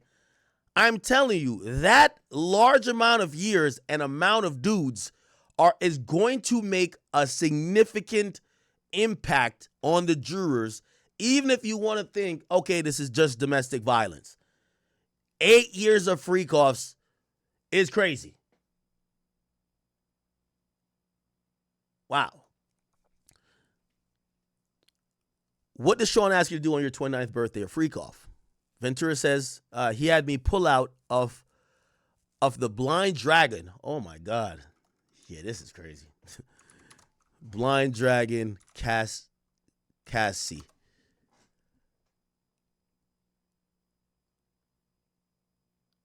Let me see. Cassandra.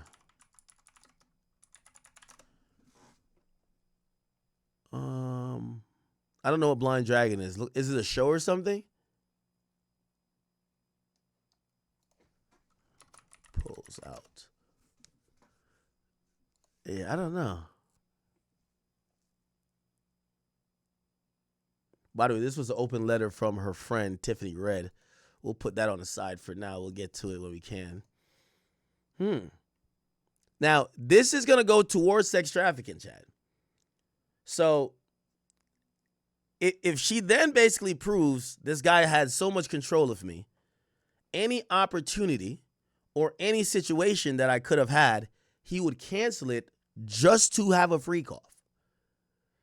That might be going towards some of this sex slave freak off shit. I'm going to be honest with y'all, chat.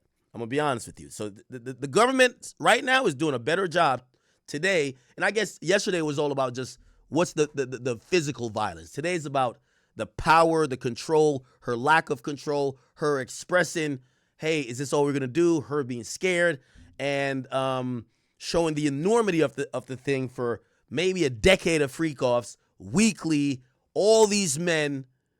That could establish the fact that, yeah, we could call her a girlfriend that was freaky, but in reality, she was just a sex worker that was scared.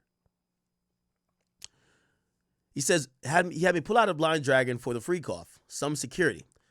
AUSA says, what about blackmail material? Ventura says, he wanted me to fear. And the defense says, objection. The judge says, overruled. So they wanted the person to answer that. It says, when you mention the freak off videos, when would Sean mention the freak off video? So they asked in a different way. And it says, to hurt me. So apparently, Diddy would use videos of the freak-offs as blackmail. Now, that's going to be counterintuitive to Diddy's defense to say she was willing. She wanted to do this. Because if she was such a willing participant and she liked doing this, including all the aspects of doing it, why would you then be able to threaten her with the idea of her having done it? Now, obviously, Diddy's defense team is going to try to, they're going to try to split hairs here and say, no, women sometimes have all types of weird kinks that they don't want people to know about. Yeah, that's not necessarily he's threatening her to force her to do it, or that means she didn't want to do it. That just shows she just didn't want the videos to be shown, and he never leaked no videos, so even if that was a threat, it's a blind threat, or it was just like a threat that didn't materialize, right? So Ventura says, one time I was dating someone else and he threatened to release the freak-off videos. I'd have to answer to my mother. It's horrible and disgusting. No one should try to do that to anyone. AUSA says, what does Sean say the impact would be? Ventura says, shame. AUSA says, let me show you a chat. Who's on it? Ventura says, me and Sean. This is July 2nd or July 22nd, 2013. AUSA says, could you read your message? She says, I wrote, please delete the videos off your phone. Too many people have access to your devices. He said, no iCloud. All good. Ambien kicking in. AUSA says, sidebar. The judge says yes. Okay. So they're having a sidebar for a little bit. It's not a break, it's a sidebar. It should return in a second. Going back, by the way, if anyone knows what Blind Dragon is, please just give me some guidance on what that is. Okay? Give me 1 second. Wait, Blind Dragon is a what? Komodo's what? Chat, what is Blind Dragon? Can somebody help me?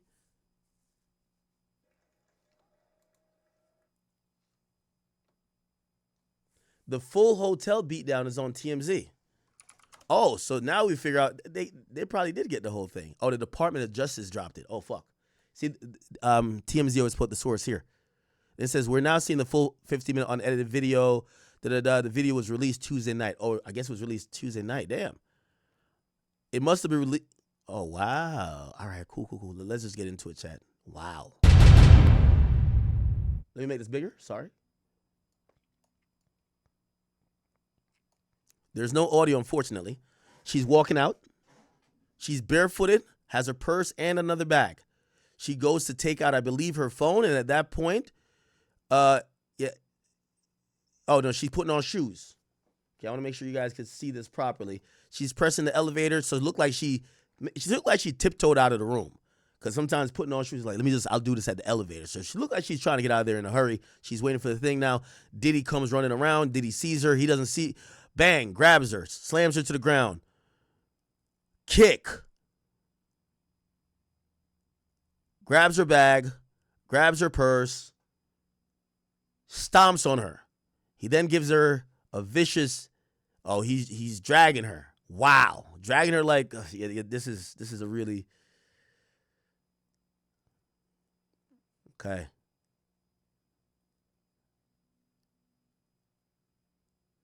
Now, the Department of Justice dropped this video after, remember, there was a protective order, so they couldn't drop the full video until it's going to be shown in court. They knew it was going to be shown in court, and they dropped it while it's actually being shown in court right now. So remember, they were saying skip to this, skip to that? So this is what Cassie was watching and describing. So it looked like she kind of gets back up.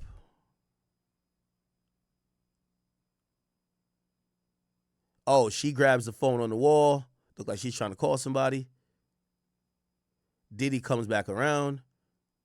Oh my God. This nigga, look at the way Diddy looks at her. The way Diddy just stopped right there is crazy. Like, it's like he's like he took a deep breath, like he was about to charge at her like a fucking, like she was a fucking matador and he was a bull. Wow. Somebody say it was Bad Dragon, not Blind Dragon. What's Bad Dragon? Does anybody know what Bad Dragon is? Bad Dragon. Is it a reality show? Is it a TV show?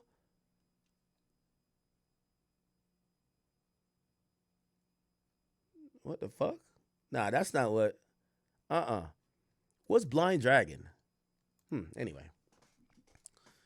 Diddy looks at her, takes a deep breath, and I don't know what he says.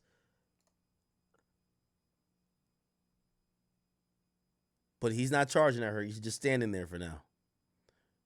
By the way, this is the reason why Diddy's defense team at first was trying to get this video excluded. They said that when it was released to TMZ, it was edited, right? We never seen these parts. And they said it was taken out of context. And they didn't deny that he beat her, but he said the sequence was taken out of context just to drum up this narrative of how brutal it was. So I guess they were like, yeah, he beat her, but it's not that bad. And there was more to the story, I guess. So Diddy looks like he's walking away. Remember, the defense at first, when they were arguing for bail, they said Diddy attacked her because she was leaving with his belongings. And he only attacked her to get his belongings back. And remember, in the edited video that we saw, the shortened video, it looked like Diddy dragged her back to the room. We get to find out he didn't drag her back to the room. He started to, but he let go of her. She went to the phone. He came back around. He has still belongs in her hand. He says something to her. She's over here. Let me make sure you can see it all the way. And Diddy walks away again for the second time. Let's see. She's putting on lip gloss or whatever. She's staying. Remember, she was waiting for the elevator. Now she's staying in the far corner. By the way, look at her reflection here. She's staying the furthest away from this hallway, which Diddy just came down. I got to be honest with you, chat. This video, it probably is damning. It looks like she is incredibly scared of him. Here we go. Diddy comes back around. Look like he's putting the stuff in the room, and he's walking out like he thinks he's Val Venus at motherfucking WrestleMania. He got the towel on, and he's walking with intent. And I'm not going to lie, the way how his hands is to his side, you know nothing good is going to come. You see her back up. You got to look in the mirror, the reflection here. She backs up in the corner. She's clearly terrified of this guy, right? Now, granted, and by the way, this is March 8th, 26th. Granted, I guarantee he's going to say, yes, I beat her. She was terrified in the moment, but she wasn't terrified the whole relationship. This video is gonna mean a lot, bro. It's gonna mean a lot, okay? He now walks up to her, and here is gonna be, look, he grabs her.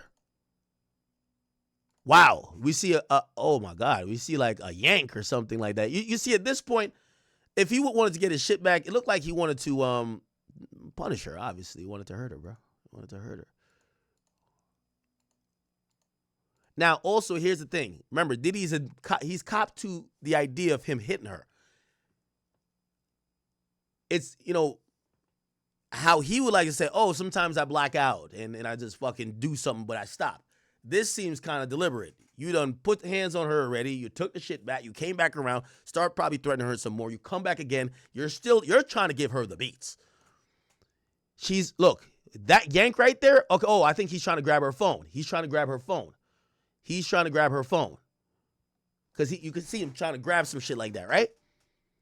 Now you see he grabs whatever he's grabbing, and now he's walking away. Yes, you see him with a phone in his hand, so he's grabbing the phone. He's walking back around like Val Venus. Look at this nigga, man. Look at this nigga. Oh, my God. Looked like she might have said something.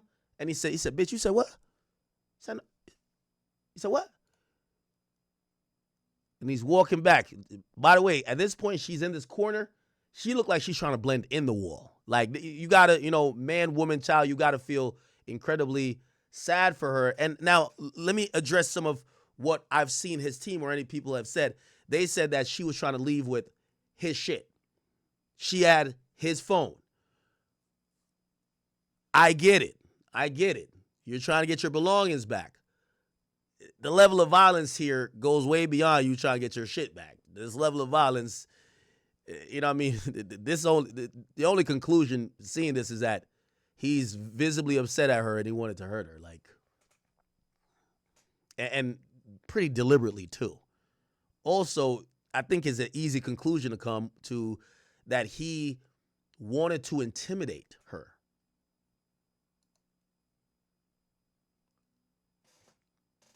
He then goes back over, he's sitting down, and he's looking at her, and I'm pretty sure he's talking to her at this point. He grabs something from the table. You see it up here? It's a little tiny, but you got to watch. He throws it at her. Looked like she's in the corner, like probably cowered down. He throws it at her. That could have got her lip cut or whatever, but he throws it at her. He's still sitting there. She now emerges right here. Look like she's trying to get back on the phone. Probably trying to call for help. Diddy gets up, walks over to her again. He looks at her. He says something to her. He has the phone in his hand. He walks back. He walks back. Turns back around. It appears she might be crying hysterically, saying something.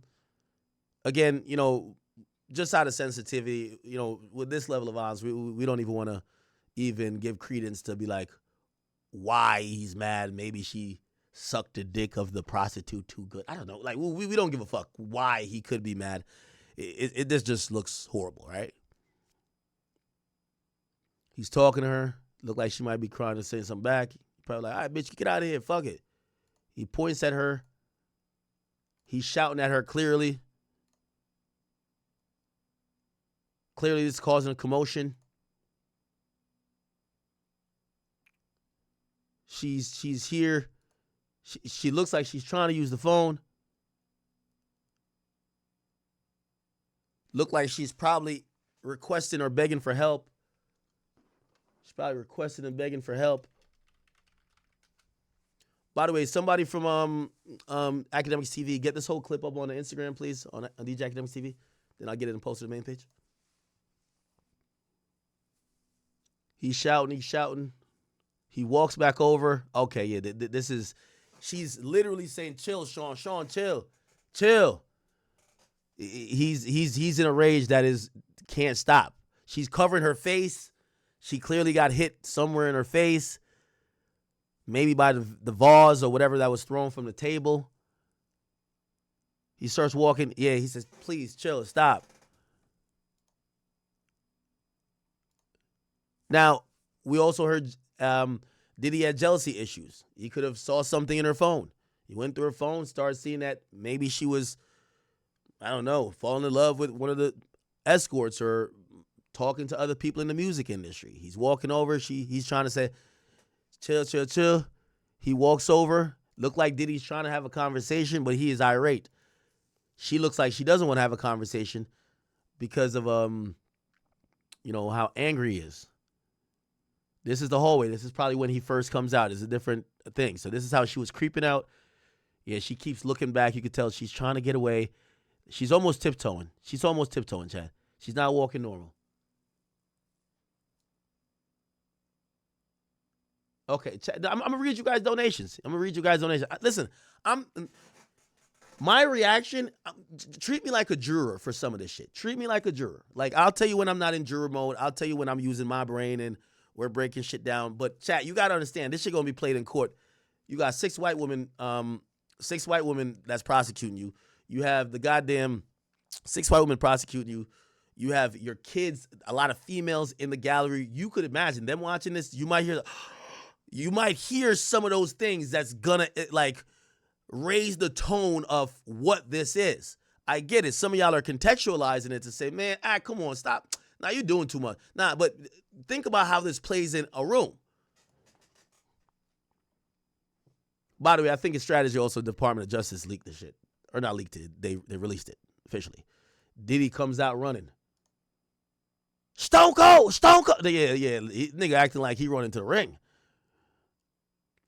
Okay, this angle should end. Well, we're going to see a couple of times. We're going to see him grab the shit from her. She's going to get dragged right around his corner. Then he's going to let go of her. He's dragging her like dead meat. He's going to bring the stuff back and put it in the room. Then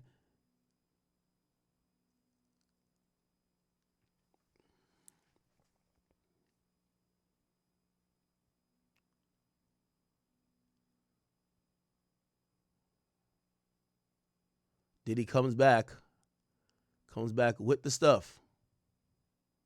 Look like he wants to bring her back.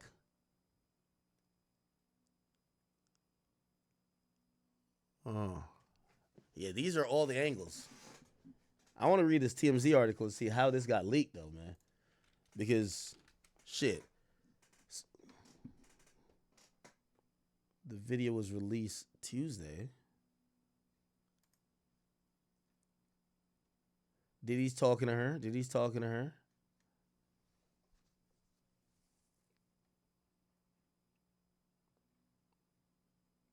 We do have pictures, chat. We have pictures. Remember the thing that was thrown at Cassie? Sorry, well, I don't want to restart that video again. We do have pictures. Remember this that was thrown at her? This is a security guard. This is Flores. He testified first. He was the first person testified in the trial. This was what was thrown. Gotta be honest, if he threw this at her, damn, you could see why she may have had some cuts or lacerations. Like, this looks like a bunch of splinters, huh? This was another thing that was broken right here. I'm surprised that she wasn't all cut up and bloody. This was the corner she was hiding in. Remember, she was kind of like cowering there? Wow, okay.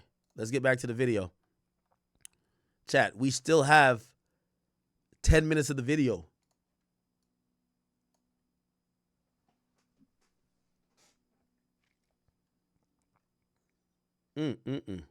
Okay.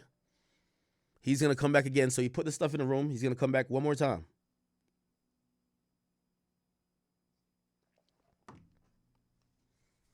He's coming back.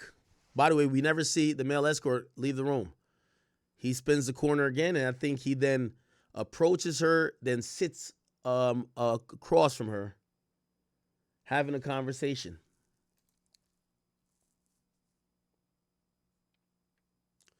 Somebody said, Ak, this is going to be 45 minutes of your commentary. Stop fucking pausing. I got y'all.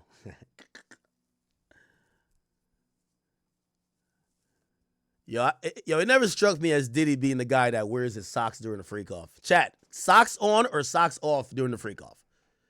That's always a thing.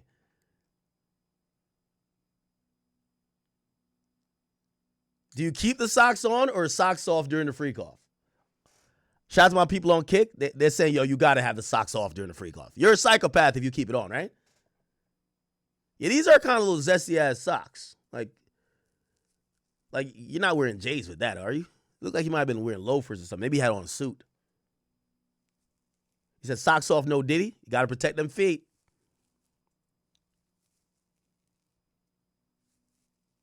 Socks on is crazy. Okay, now that's the security guard we just seen.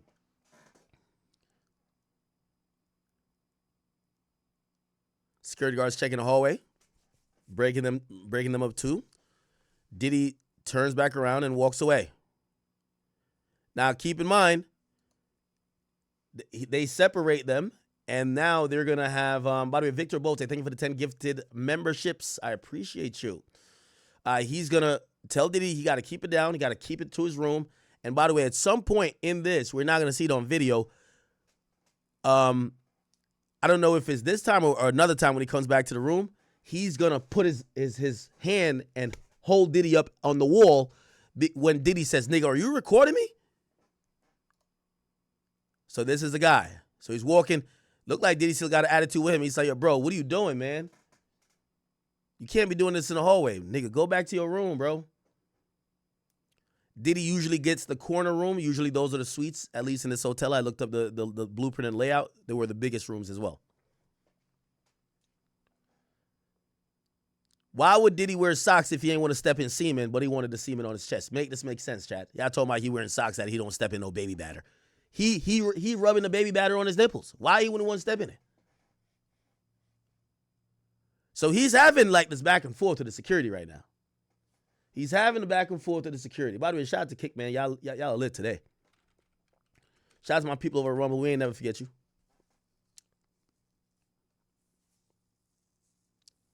This is, I hate to pause it. Diddy's on the wall on some shit like this, like got his hands kind of folded. Like, you could tell. One thing about Diddy we always see consistent is that Diddy was always trying to let niggas know who he was, and he didn't take well to anybody trying to undermine his authority, even if he technically didn't have any, like, for example, this situation, or they had to kind of respect him. Even his demeanor towards this guy is like, come on, nigga, what up? If he had a kettlebell, he would have slapped the fuck out of this nigga with. Shout out to UCLA.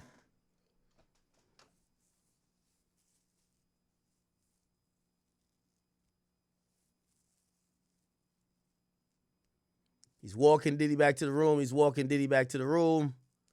He's looking down the hallway. Look like Diddy shouting. He got to be shouting because they look back down. They look like he's saying, Cassie! They look back down where Cassie would have been, right? The security got to be telling him, nigga, yo, bro, first of all, we got other people in here. Chill out. Go back to your room. Bro, you high? Now, keep in mind, Cassie testified that Sean Combs was not high.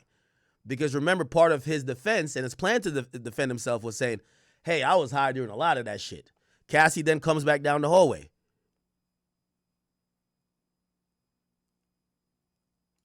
Looks like she's trying to tell the security, just get my other shit. I want to leave. I don't want to go back up in there with him. And she's going to stay. No, she follows kind of him inside. So they're all in there. They're all in there. And I think that's when the security says they see a black male, which would be Philip, on the bed. We see housekeeping or I don't know who this is. Somebody who's probably doing like laundry or like washing the sheets or whatever. Cool. They walk down to the same place. Now, this looks like a corner. But this is not the end of the hallway necessarily. I think you could turn and go this way, and there's rooms down here. So Cassie gets her things back. So now, for the person who was saying to me, Diddy was just trying to get his shit back, well, Cassie got the things now. So it looked like it was Cassie's things. It don't look like it was Diddy. Cassie gets her things and walks away. So for everybody who was saying Cassie was leaving with Diddy's things, after security comes, Cassie leaves with the things. So that narrative might be debunked.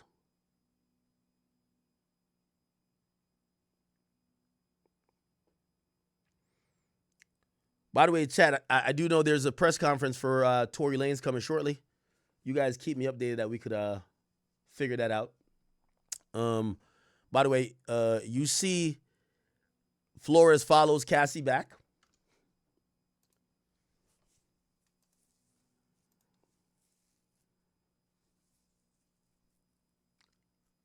Okay, this is a consistent angle, but we don't see too much. We see a hand, right? Oh, my bad. The guy goes the opposite way. Look like he's trying to figure out what's going on.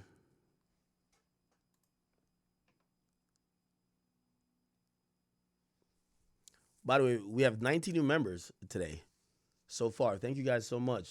Victor Bolte, thank you, my boy.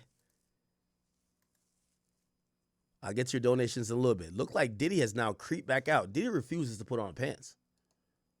Look like Diddy's in still freak-off mode. This nigga, he refuses to put on a pants. He's been in that room multiple times. He could just put on some shorts. He could definitely just put on a pair of sweats. He want that dang-a-lang just swinging. And so he's just keeping it in the towel.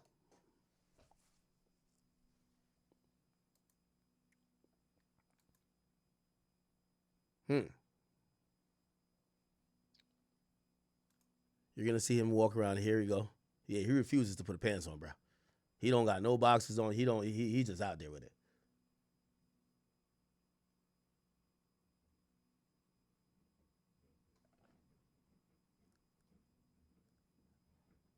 If you ask me, I think Diddy walks around, and I think this is him calling Cassie, because I think they escort Cassie downstairs. I think Diddy starts to get nervous. They might try to lock me up for this. I think Diddy starts getting a little bit nervous. You see, Diddy gets on the phone. I think he's calling Cassie. He's getting a little nervous.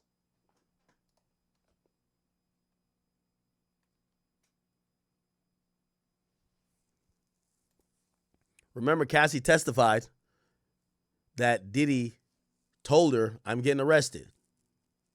She says, I'm going home. And I'm going to plug my phone in.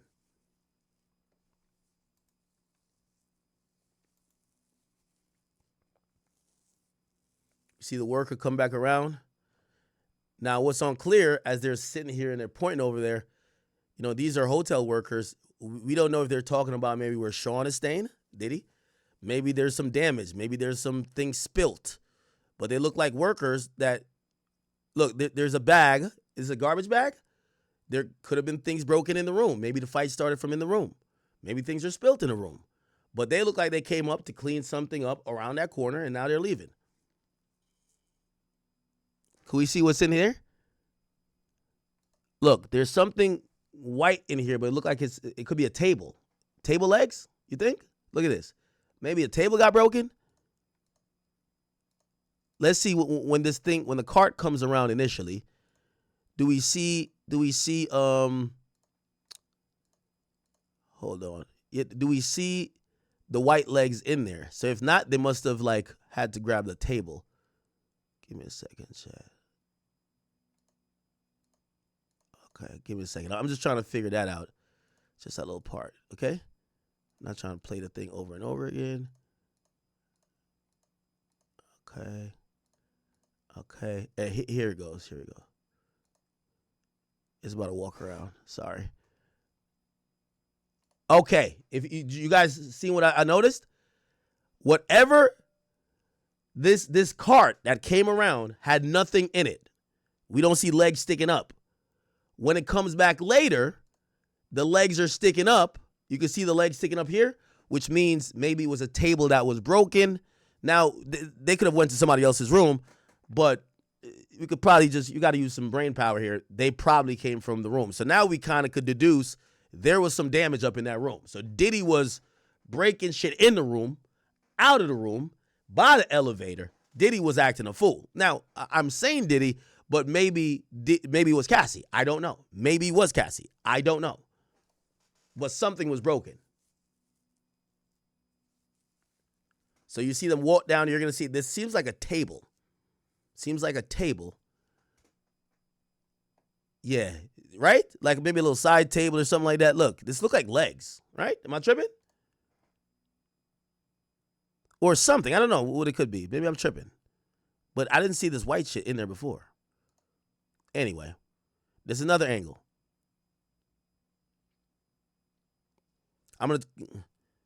Yeah, this is the other angle of Diddy running to the elevator. Okay, I'm going to let it play. There's only 2 minutes left, and then we're going to get back to the tweets. Diddy dragging her.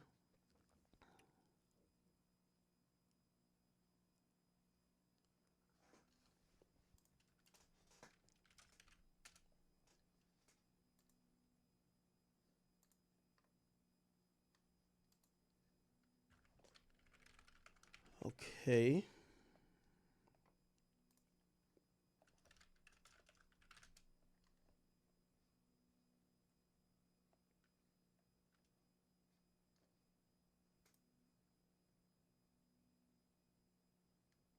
Diddy going back for her.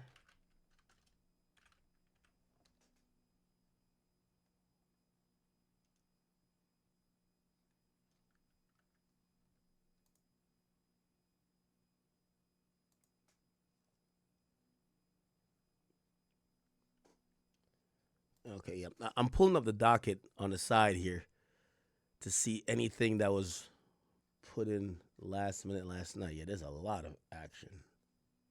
Fuck. This docket is long. We have some letters. Yeah, I don't know how they got this video.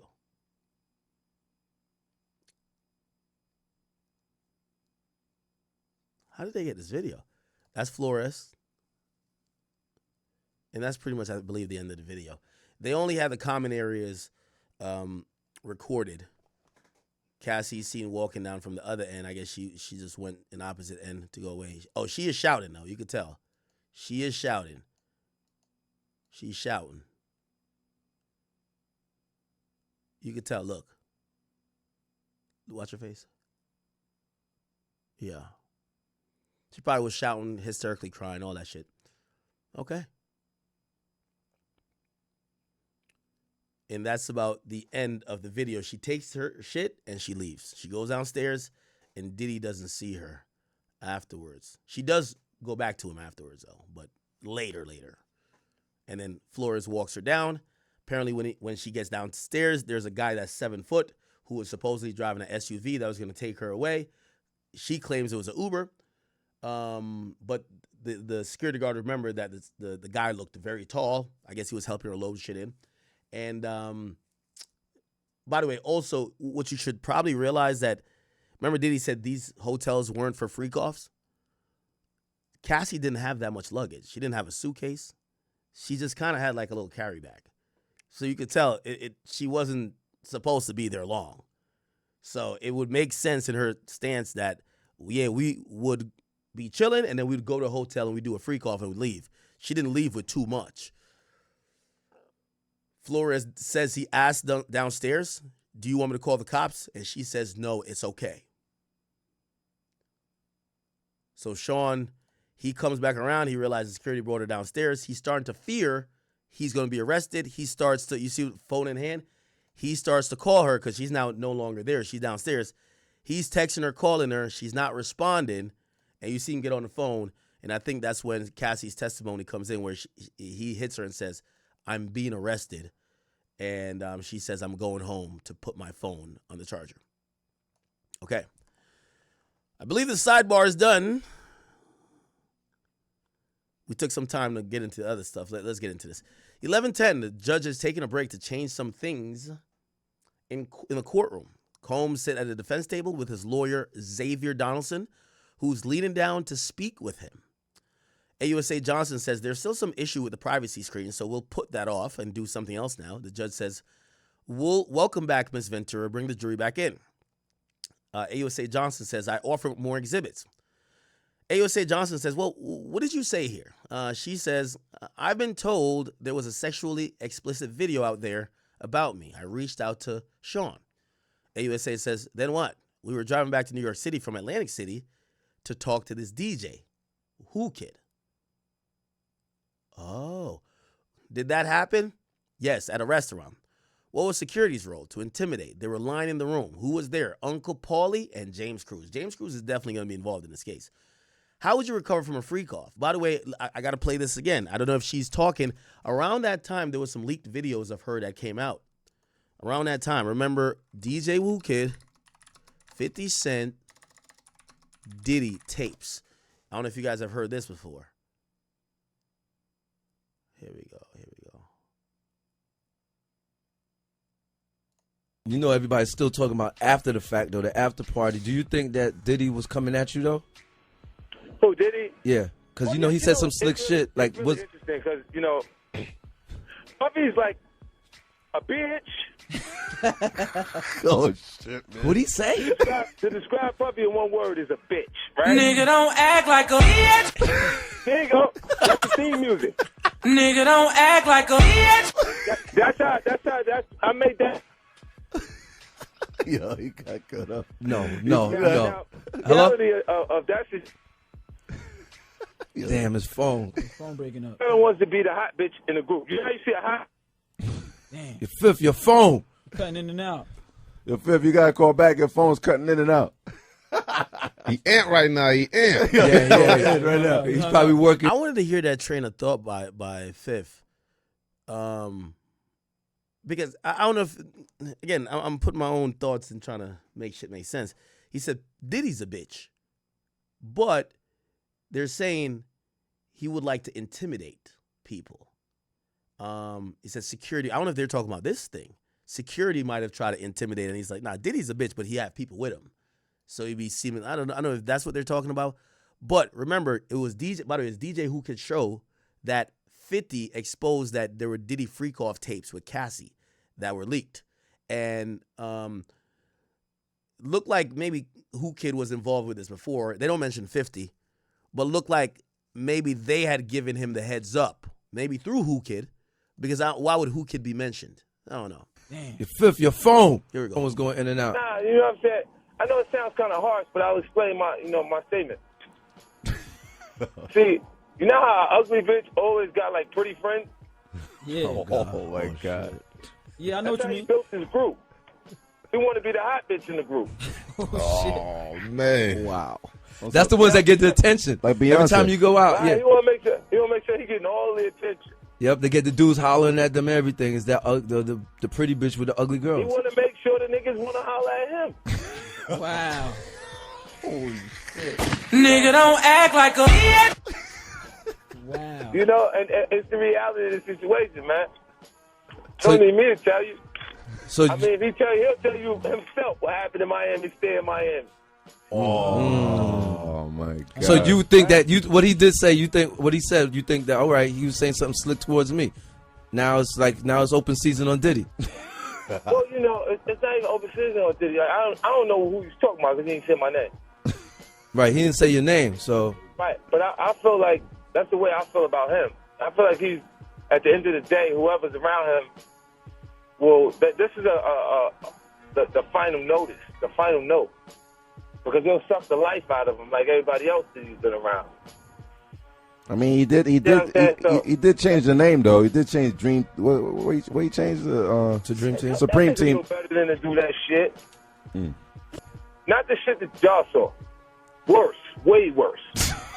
Wow. Oh, you kidding me, yo? Like penetration pictures and Nah, come on, man. Come on, Phil. all that, and I didn't even. I called the nigga. I said, "Yo, you fucking with this girl? Like, you really, like, you like her like that?" And he was like, "Yeah, that's my girl." I'm like, "All right, I'm gonna send you something.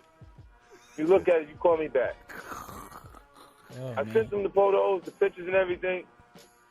And the nigga called back and was like, "Yo, thanks, man. Yo, I really appreciate that. Yo, where you get these shits from?" And I said, you know, like, because they know, like, if something crazy is going on, if they send it to me, I'll make sure it get out there. Like, as far as this 50.com is concerned. Yeah, yep. And those other properties. So they sent it to me. But, you know, I really kind of felt like those photographs was not happening because of Cassie. I felt like they was happening because of Puffy. Right. Oh, wow. You know what I'm saying? Because when a girl moves from a man and she upgrading, niggas be insecure, you know what I'm saying? They start feeling some kind of way, especially like whoever the guy was she was. Now, did y'all catch that? 50 through, and you got to get it through, you know, some common sense here. The videos that he said he saw penetration videos and pictures. He's saying that the videos that existed of Cassie, Diddy's not in. So 50 doesn't realize what he's seen is the freak off. So 50 sent it to Diddy to say, "Yo, bro, clearly some nigga trying to leak some shit about your bitch."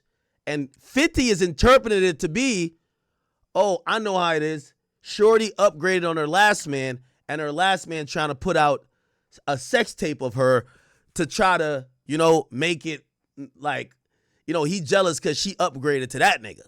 With the photos versus where Puffy's at. Cause Puffy's, he ain't no slouch, nigga. You know what I'm saying? Like, whoever the guy was she was with in the photos versus where Puffy's at. Cause Puffy's, he ain't no slouch, nigga. You know what I'm saying? Like, yeah, he been able to take advantage of all the suckers.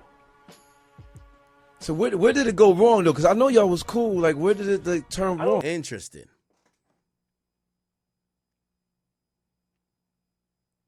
So I want to hear more about this. Yo, Who Kid? Do I have Who Kid's number? It said we were driving back from New York to New York City from Atlantic City to talk to this DJ Who Kid. Did that happen? Yeah, at a restaurant. What was security role? To intimidate. They were lying in the room. Who was there? Uncle Paulie, James Cruz. Has James Cruz ever spoken on that? James Cruz, Who Kid? Diddy.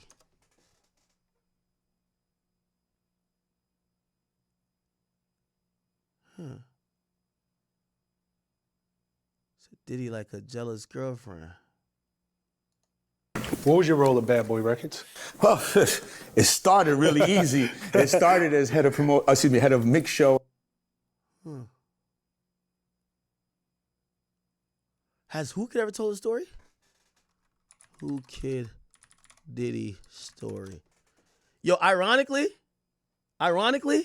chat, this is all making sense to me. And Who Kid, I'm sorry if I'm putting this out. I'm airing you out because you're the only person. You're like one of 5 people, multiple people actually, that told me. Because remember, going to Everyday Struggle was the first time I really started interacting with the industry. Who Kid came on the show, and me and Who Kid were talking for mad long, like in the back. And he said, "Bro, I'm going to just tell you right now, man, watch out for Diddy, man. Diddy trying to fuck a lot of these niggas." I'm like, "What?" And then he said to me, he's like, "Nah," he's like, "Diddy gay." And I'm like, "What?" And he was just like, "Yo, bro," he's like, that's the biggest secret that ain't a secret." And I'm like, "What are you talking about?" This kind of make a little bit of sense now. Who Kid really did know? Oh, shit.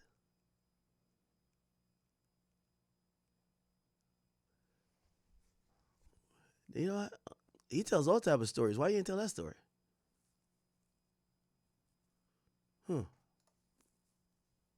Okay. So it looked like they were trying to intimidate somebody. I'm thinking it's Hookit. I don't know. It says, how would you recover from the freak off? I'd take opiates. I wanted to feel numb. We'd get massages, IV fluids. The chef would cook us something. How often did you take opiates after the freak off? She says, often. I got urinary tract infections. Oh, wow. The AUSA says, were the UTIs painful? She says, very. Antibacterials didn't work anymore. Oh, my God. How did it feel during the freak offs? She says, burning. I would not advise. So this is going again to this forcing thing where she's saying, I have a UTI and he's still forcing me to fuck these other guys unprotected. She said it was burning. I would not advise. AUSA says, let's read this one out aloud. Ventura says, I have all these sores on my tongue. Huh? I have another UTI. AUSA says, what sores? Ventura says, friction in my mouth. AUSA says, from what? She says, oral sex. AUSA says, another UTI? Then sad face emoji. Ventura says, I was open with him about them. AUSA says, so you feel sick? Oh, I guess they're reading for Sean. Oh, they're reading for Sean. So they're reading for Sean, and it says, what sores? And Ventura, Cassie says, friction in my mouth. Sean says, from what? Cassie says, oral sex. Diddy says, you said another UTI? Then a sad face emoji. Cassie says, well, I guess she's speaking to the AUSA right now, saying, I was open with him about them. So you feel sick? Then Cassie says, why are you so sorry? I took blame for things. So I guess she says to him, why are you so sorry? And he says, I took the blame for the things. AUSA says, which escort would go to sex clubs with you and Sean? Ventura says, Jules. So it looked like they used to go to sex clubs. AUSA says, the escort from the Intercontinental in LA? Yes, so that's Jules. And Jules is, I think, something Philip. Let's get his name right, chat. Let's get his name right. Philip Diddy. His name is it Julian Philip? I think, no. No, who's Jules? Maybe his name is Jules, but it's not Julian. It's Daniel Phillip, because that's the one who was there. That's the one who supposedly was there at the Continental. So his nickname is Jules, right? And I think we can go back to her last testimony when she identified him by his nickname, saying, "Oh, that's Jules." Okay. She said, "Did you ever want to have sex with Jules ever?" She says, "No," and she laughs. But I knew him. Well, why did you guys do it? She says, "Sean." Wow. She's definitely putting up 30 now. Yesterday, I think people thought her testimony was a little bit, it was all about domestic abuse. She admitted her complicitness in some of the freak-offs, admitted that she wanted to do it at times, even though it was because she wanted to get closer to him. She's admitted that she did all the admissions yesterday and talked about violence yesterday. Today is talking about how much different partners she had. She called STDs, or not really STDs. Is urinary tract infection, is that an STI? I don't know. But she was having sexual effects because of the freak off. She said Diddy had her sucking so much cock, she had sores on her tongue. Like, chat. And they're also reading some more messages where she's, again, she's never blaming him for anything, and that's going to be used by the defense to say, well, you never blamed it on Sean. And I guess her overall theme is, I just wanted him to be happy, and I took blame. I didn't want to blame him, right? All right, we're waiting for some more tweets, y'all. Hotel video has been dropped. This is a lot going on here. Let me see if we could find. Let's see if we could find everyone entering court today. Let me see the entrance to court. Let's go enter court.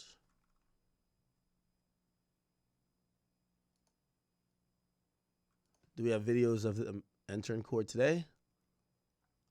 Let's go to page 6.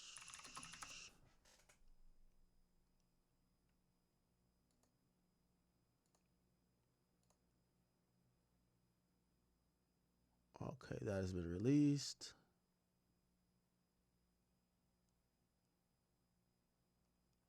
Hold on. I'm just trying to. So she didn't understand the Karen deflection. Okay, let's go to law and crimes real quick. They're gonna break in a second.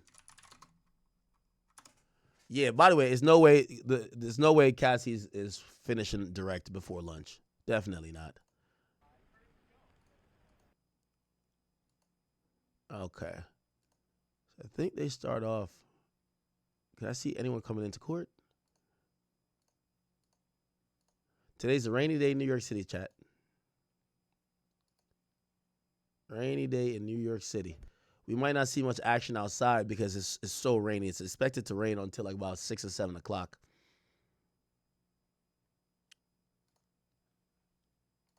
Periodically, she will run her hands over her pregnant belly Oh, or here we try go. to We got some update. stretch her back. This guy works for law and crimes, I think. And that They're describing again, Cassie's doubt, demeanor. will be again relitigated by the defense in this cross-examination. Back out live right now, worldwide, outside of a rainy day in New York City at the courthouse, where we are bringing you these updates all in real time. I'm your host, Mike Page. Always great to be with you as we continue to roll on, giving you the updates as the best that we can. We're just going through just some of the many highlights that have happened already. Just in case you are just joining us here on Live Now from Fox. Again, we appreciate all our viewers continuing to be with us. So let's go back out to earlier this morning, where the government first asked Cassie Ventura to review the hotel footage from 2016, which shows Sean Combs attacking her in a hallway. This is where the government ended its questioning of Ventura yesterday. The beating marks the only time Ventura ever tried to leave a freak off early, according to her testimony just yesterday. We're not yet at the material found in 2 drives the prosecutor has asked Cassie Ventura about. The prosecutor is asking Ventura to flush out certain points from her testimony just yesterday, asked whether she fought back. We're going to get some info about her demeanor, chat. Attacker. Ventura said that she did earlier in their relationship. She said I'm that posting she to learned that Instagram doing the so full video would make it worse of the for beatdown if herself, y'all want to see it. that it would escalate the violence. Combs sometimes acted surprised and shocked that she fought back, Ventura said. Other times, this would lead to more anger and frustration. The hotel footage has no audio, and for stretches of time, Sean Combs is seen talking to Cassie Ventura. Ventura said that he was calling me out by name, in other words, insulting her and calling her slurs, and told her that she wasn't going to leave him there. The court is also being shown text exchanges between Cassie Ventura and Sean Combs from the day of the 2016 incident at the hotel in Los Angeles. In the messages, Combs is pleading with Ventura. "Call me," he texted, then said, "Call now. I went and checked everything and spoke to security. As long as you don't disturb the other guests, they'll leave you be," Ventura wrote to Combs in another message. Oh, okay. We missed that from the tweets. Oh, wow. So basically, it looked like Cassie, when she went downstairs, Cassie was still sticking up for Diddy. She went downstairs and was trying to, like, no, y'all don't got to kick him out. I'm going to leave. I'm going to leave. Y'all don't got to kick him out. I'm leaving. Because I would imagine they would try to kick Diddy out. But probably not, though, because Diddy's name's on the room. "They'll leave you be," Ventura wrote. For them to kick Diddy out, they would have to call the police, most likely, or evict everybody. To Combs in another message. Prosecutors showed an image of a man called Jules, who was the male escort present at the freak-off held in 2016 at the Los Angeles hotel that Cassie Ventura said she was trying to flee when Sean Combs beat her. They also showed a photo of Ventura taken after the incident. Her lip is swollen and she is wearing sunglasses with her hoodie pulled over her head. She took the photo in So an she Uber. had that photo in her presence. in her possession. As she left the hotel. Cassie Ventura testified that after the incident at the hotel, Sean Combs came by her apartment banging on the door. This was normal, she said. He showed up quite a bit, Ventura didn't let him in. Later that evening, she went to the home of one of Combs' security guards who goes by the name D-Rock. Living in LA, I really didn't have a lot of people, Ventura told the jury. She considered D-Rock and his wife close friends. Combs also showed up there later that night, Ventura said.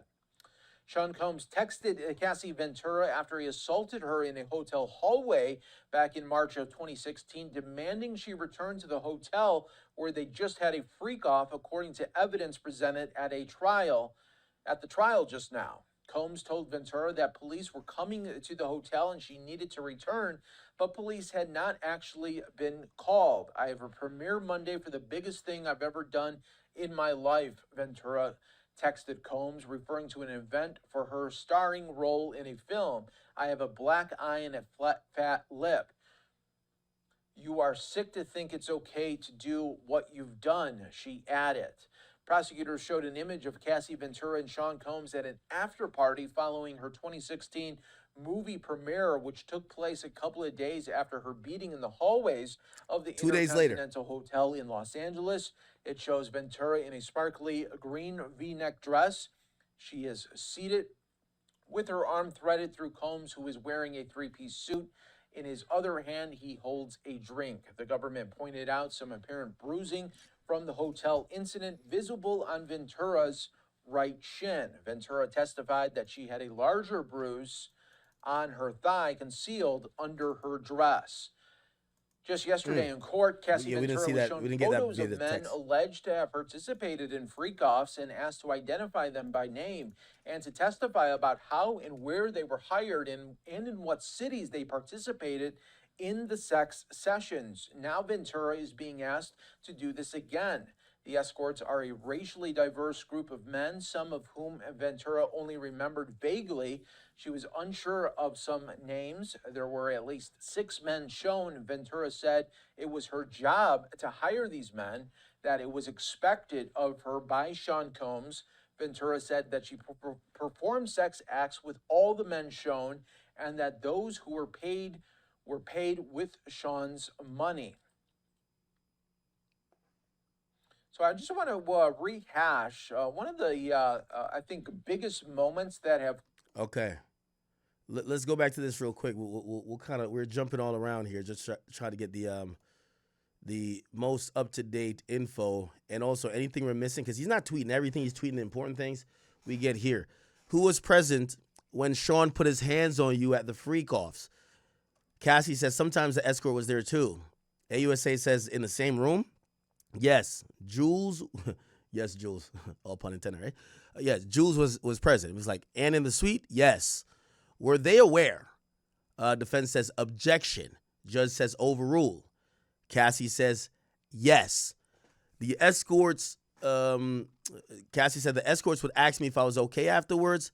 AUSA says, in what cities did he put hands on you? She says New York, LA, Miami. AUSA says how frequently? Cassie says too frequently. AUSA says, what's the Abbey? Ventura says a gay club in LA. I went there with my friend. Okay. AUSA says, where were you going? She says, to a music festival in Canada ran by Drake. Sean came to my home and tried to attack me. I was thrown into the bed frame. What's this? A photo of my eye afterwards. Who took you to the doctor? D-Rock. Maybe did he beat her up? Because she was about to go to a Drake concert. Can't let your bitch go to a Drake concert without you now. Before Drake over here sub-dissing you, talking about he fucked your bitch. You can't let your bitch go to a Drake concert. Come on now. Man, you going to Canada? Oh, hell no. Hold up. Hold up. I'll be right there. Holy. So she says she got fucked up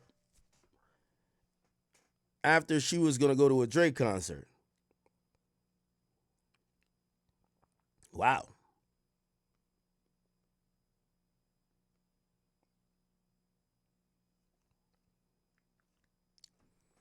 Damn. I'm writing tweets as we go, too. I'm sorry, chat.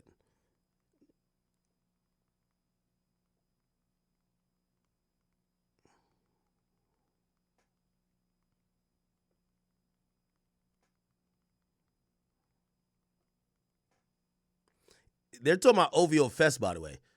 It's a musical festival going to OVO Fest.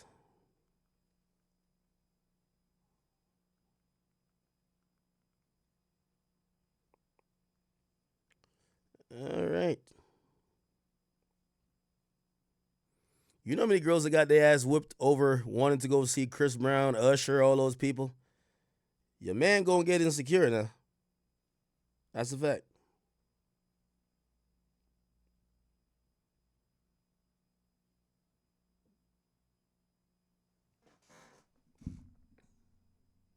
Wow.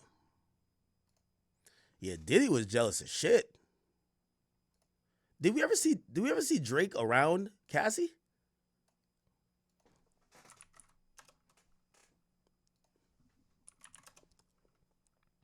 Maybe Diddy thought she was gonna go fuck that nigga.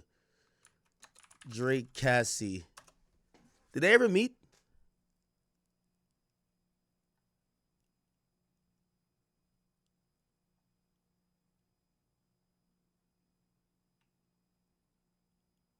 Did Drake and Cassie ever meet?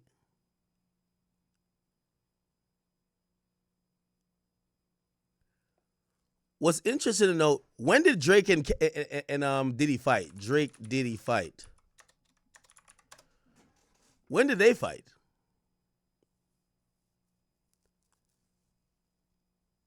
And when did Drake start? Let's look up some details to make this make sense. When did Drake first do OVO Fest? What year? 2010. So it was happening this whole time. So we don't know what year. What year? Can we figure out what year from the tweets? Nah.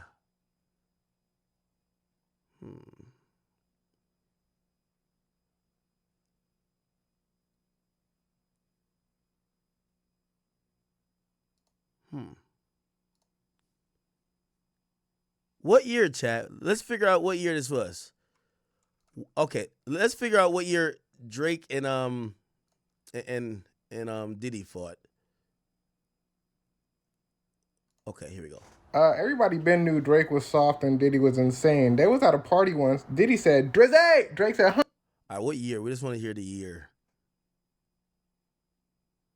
Everything is saying 10 years ago. 10 years ago, damn near, right? Okay, here we go. Why, that's Drake's hit song 0 to 100. And that's Diddy at a concert back in June saying it was stolen. And that is why Diddy punched Drake a couple days ago. And that is... Okay, so this is in 2014. Look, 2014. So if he fought Drake in 2014, there was 3 OVO Fests before and then OVO Fest continuing after. Let me ask you a question. Do you think that maybe Diddy was mad that maybe this was after him and Drake fought? His girl still wanted to go to some Drake shit? Yeah, that would be kind of violation. I just put the beats on this nigga and you want to go to a show? Oh, hell no. If I gave him the beats, you can't go fuck with him no more. Me and him fought. That is kind of makes sense. Now, it doesn't make sense for him to beat her. But so I would have to imagine, unless it's that, it would be before 2014. We need some more context clues, man. We're trying to figure out when this is. D-Rock brought her to the hospital. Let's try to figure this out, chat. D-Rock brought her to the hospital. D-Rock brought Cassie hospital. Somebody, Gene Deal, where are you, bro? Put this together for us. Put this together. Okay, here we go.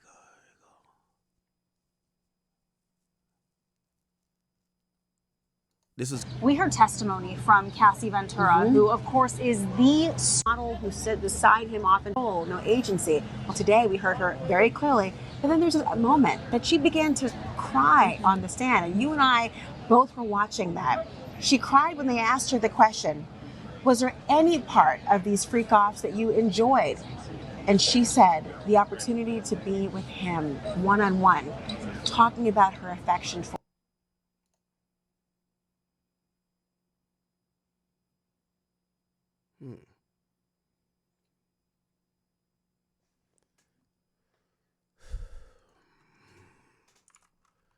Gene Deal Cassie Hospital.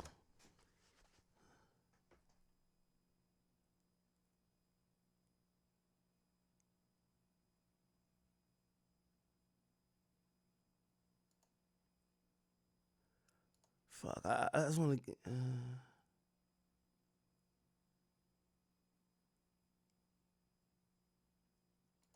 Oh wow, he said this. She alleges that, Diddy, he'll make her look online for BBCs for their freak-off sessions. And she say that, in this lawsuit that, Diddy, he enjoyed watching her get smashed by BBCs. So, what you think about that? Do you think she was the only one getting banged by him? Do you? Cassie wasn't the only one who wanted, or she didn't want it, but Cassie who searched for the big black. It's a freak-off section. Right? She said it's a freak-off section. If she says a freak-off section, brother, she ain't the only one freaking off. The prostitute ain't the only one freaking off. Old boy is freaking off also. Right. So you think he was letting these guys use their BBCs on him? I think that, and me just being This was a year ago. He a trained investigator and reading through the lines of certain things. And one time I had read something that Cassie couldn't take it no more. She told her friend, and this was she was under a non-disclosure and everything like that. She told her friend she couldn't take it no more because she had seen this dude do something. I've heard plenty of stories about him being on a yacht. That same yacht that Kim was on, and the same yacht she got her nose broken on, that somebody was doing something to him when they walked in the room, and it caused a confrontation. This is what somebody who was on the yacht said to me. You understand? They was telling that story to somebody. And it was a female. But my whole thing about it was this, is that anything in that lawsuit, you got to realize that we only got a portion of it because it's been chopped up. But it was freak off day. Right. And when I look at this, Cassie may have seen some stuff that she ain't really want to look at. How does she say how the person look? All she could describe is if they was wearing masks, unless she saw them before they. By the way, chat, we did find Blind Dragon. Apparently, Blind Dragon LA. There's an Instagram for this. It says a modern risque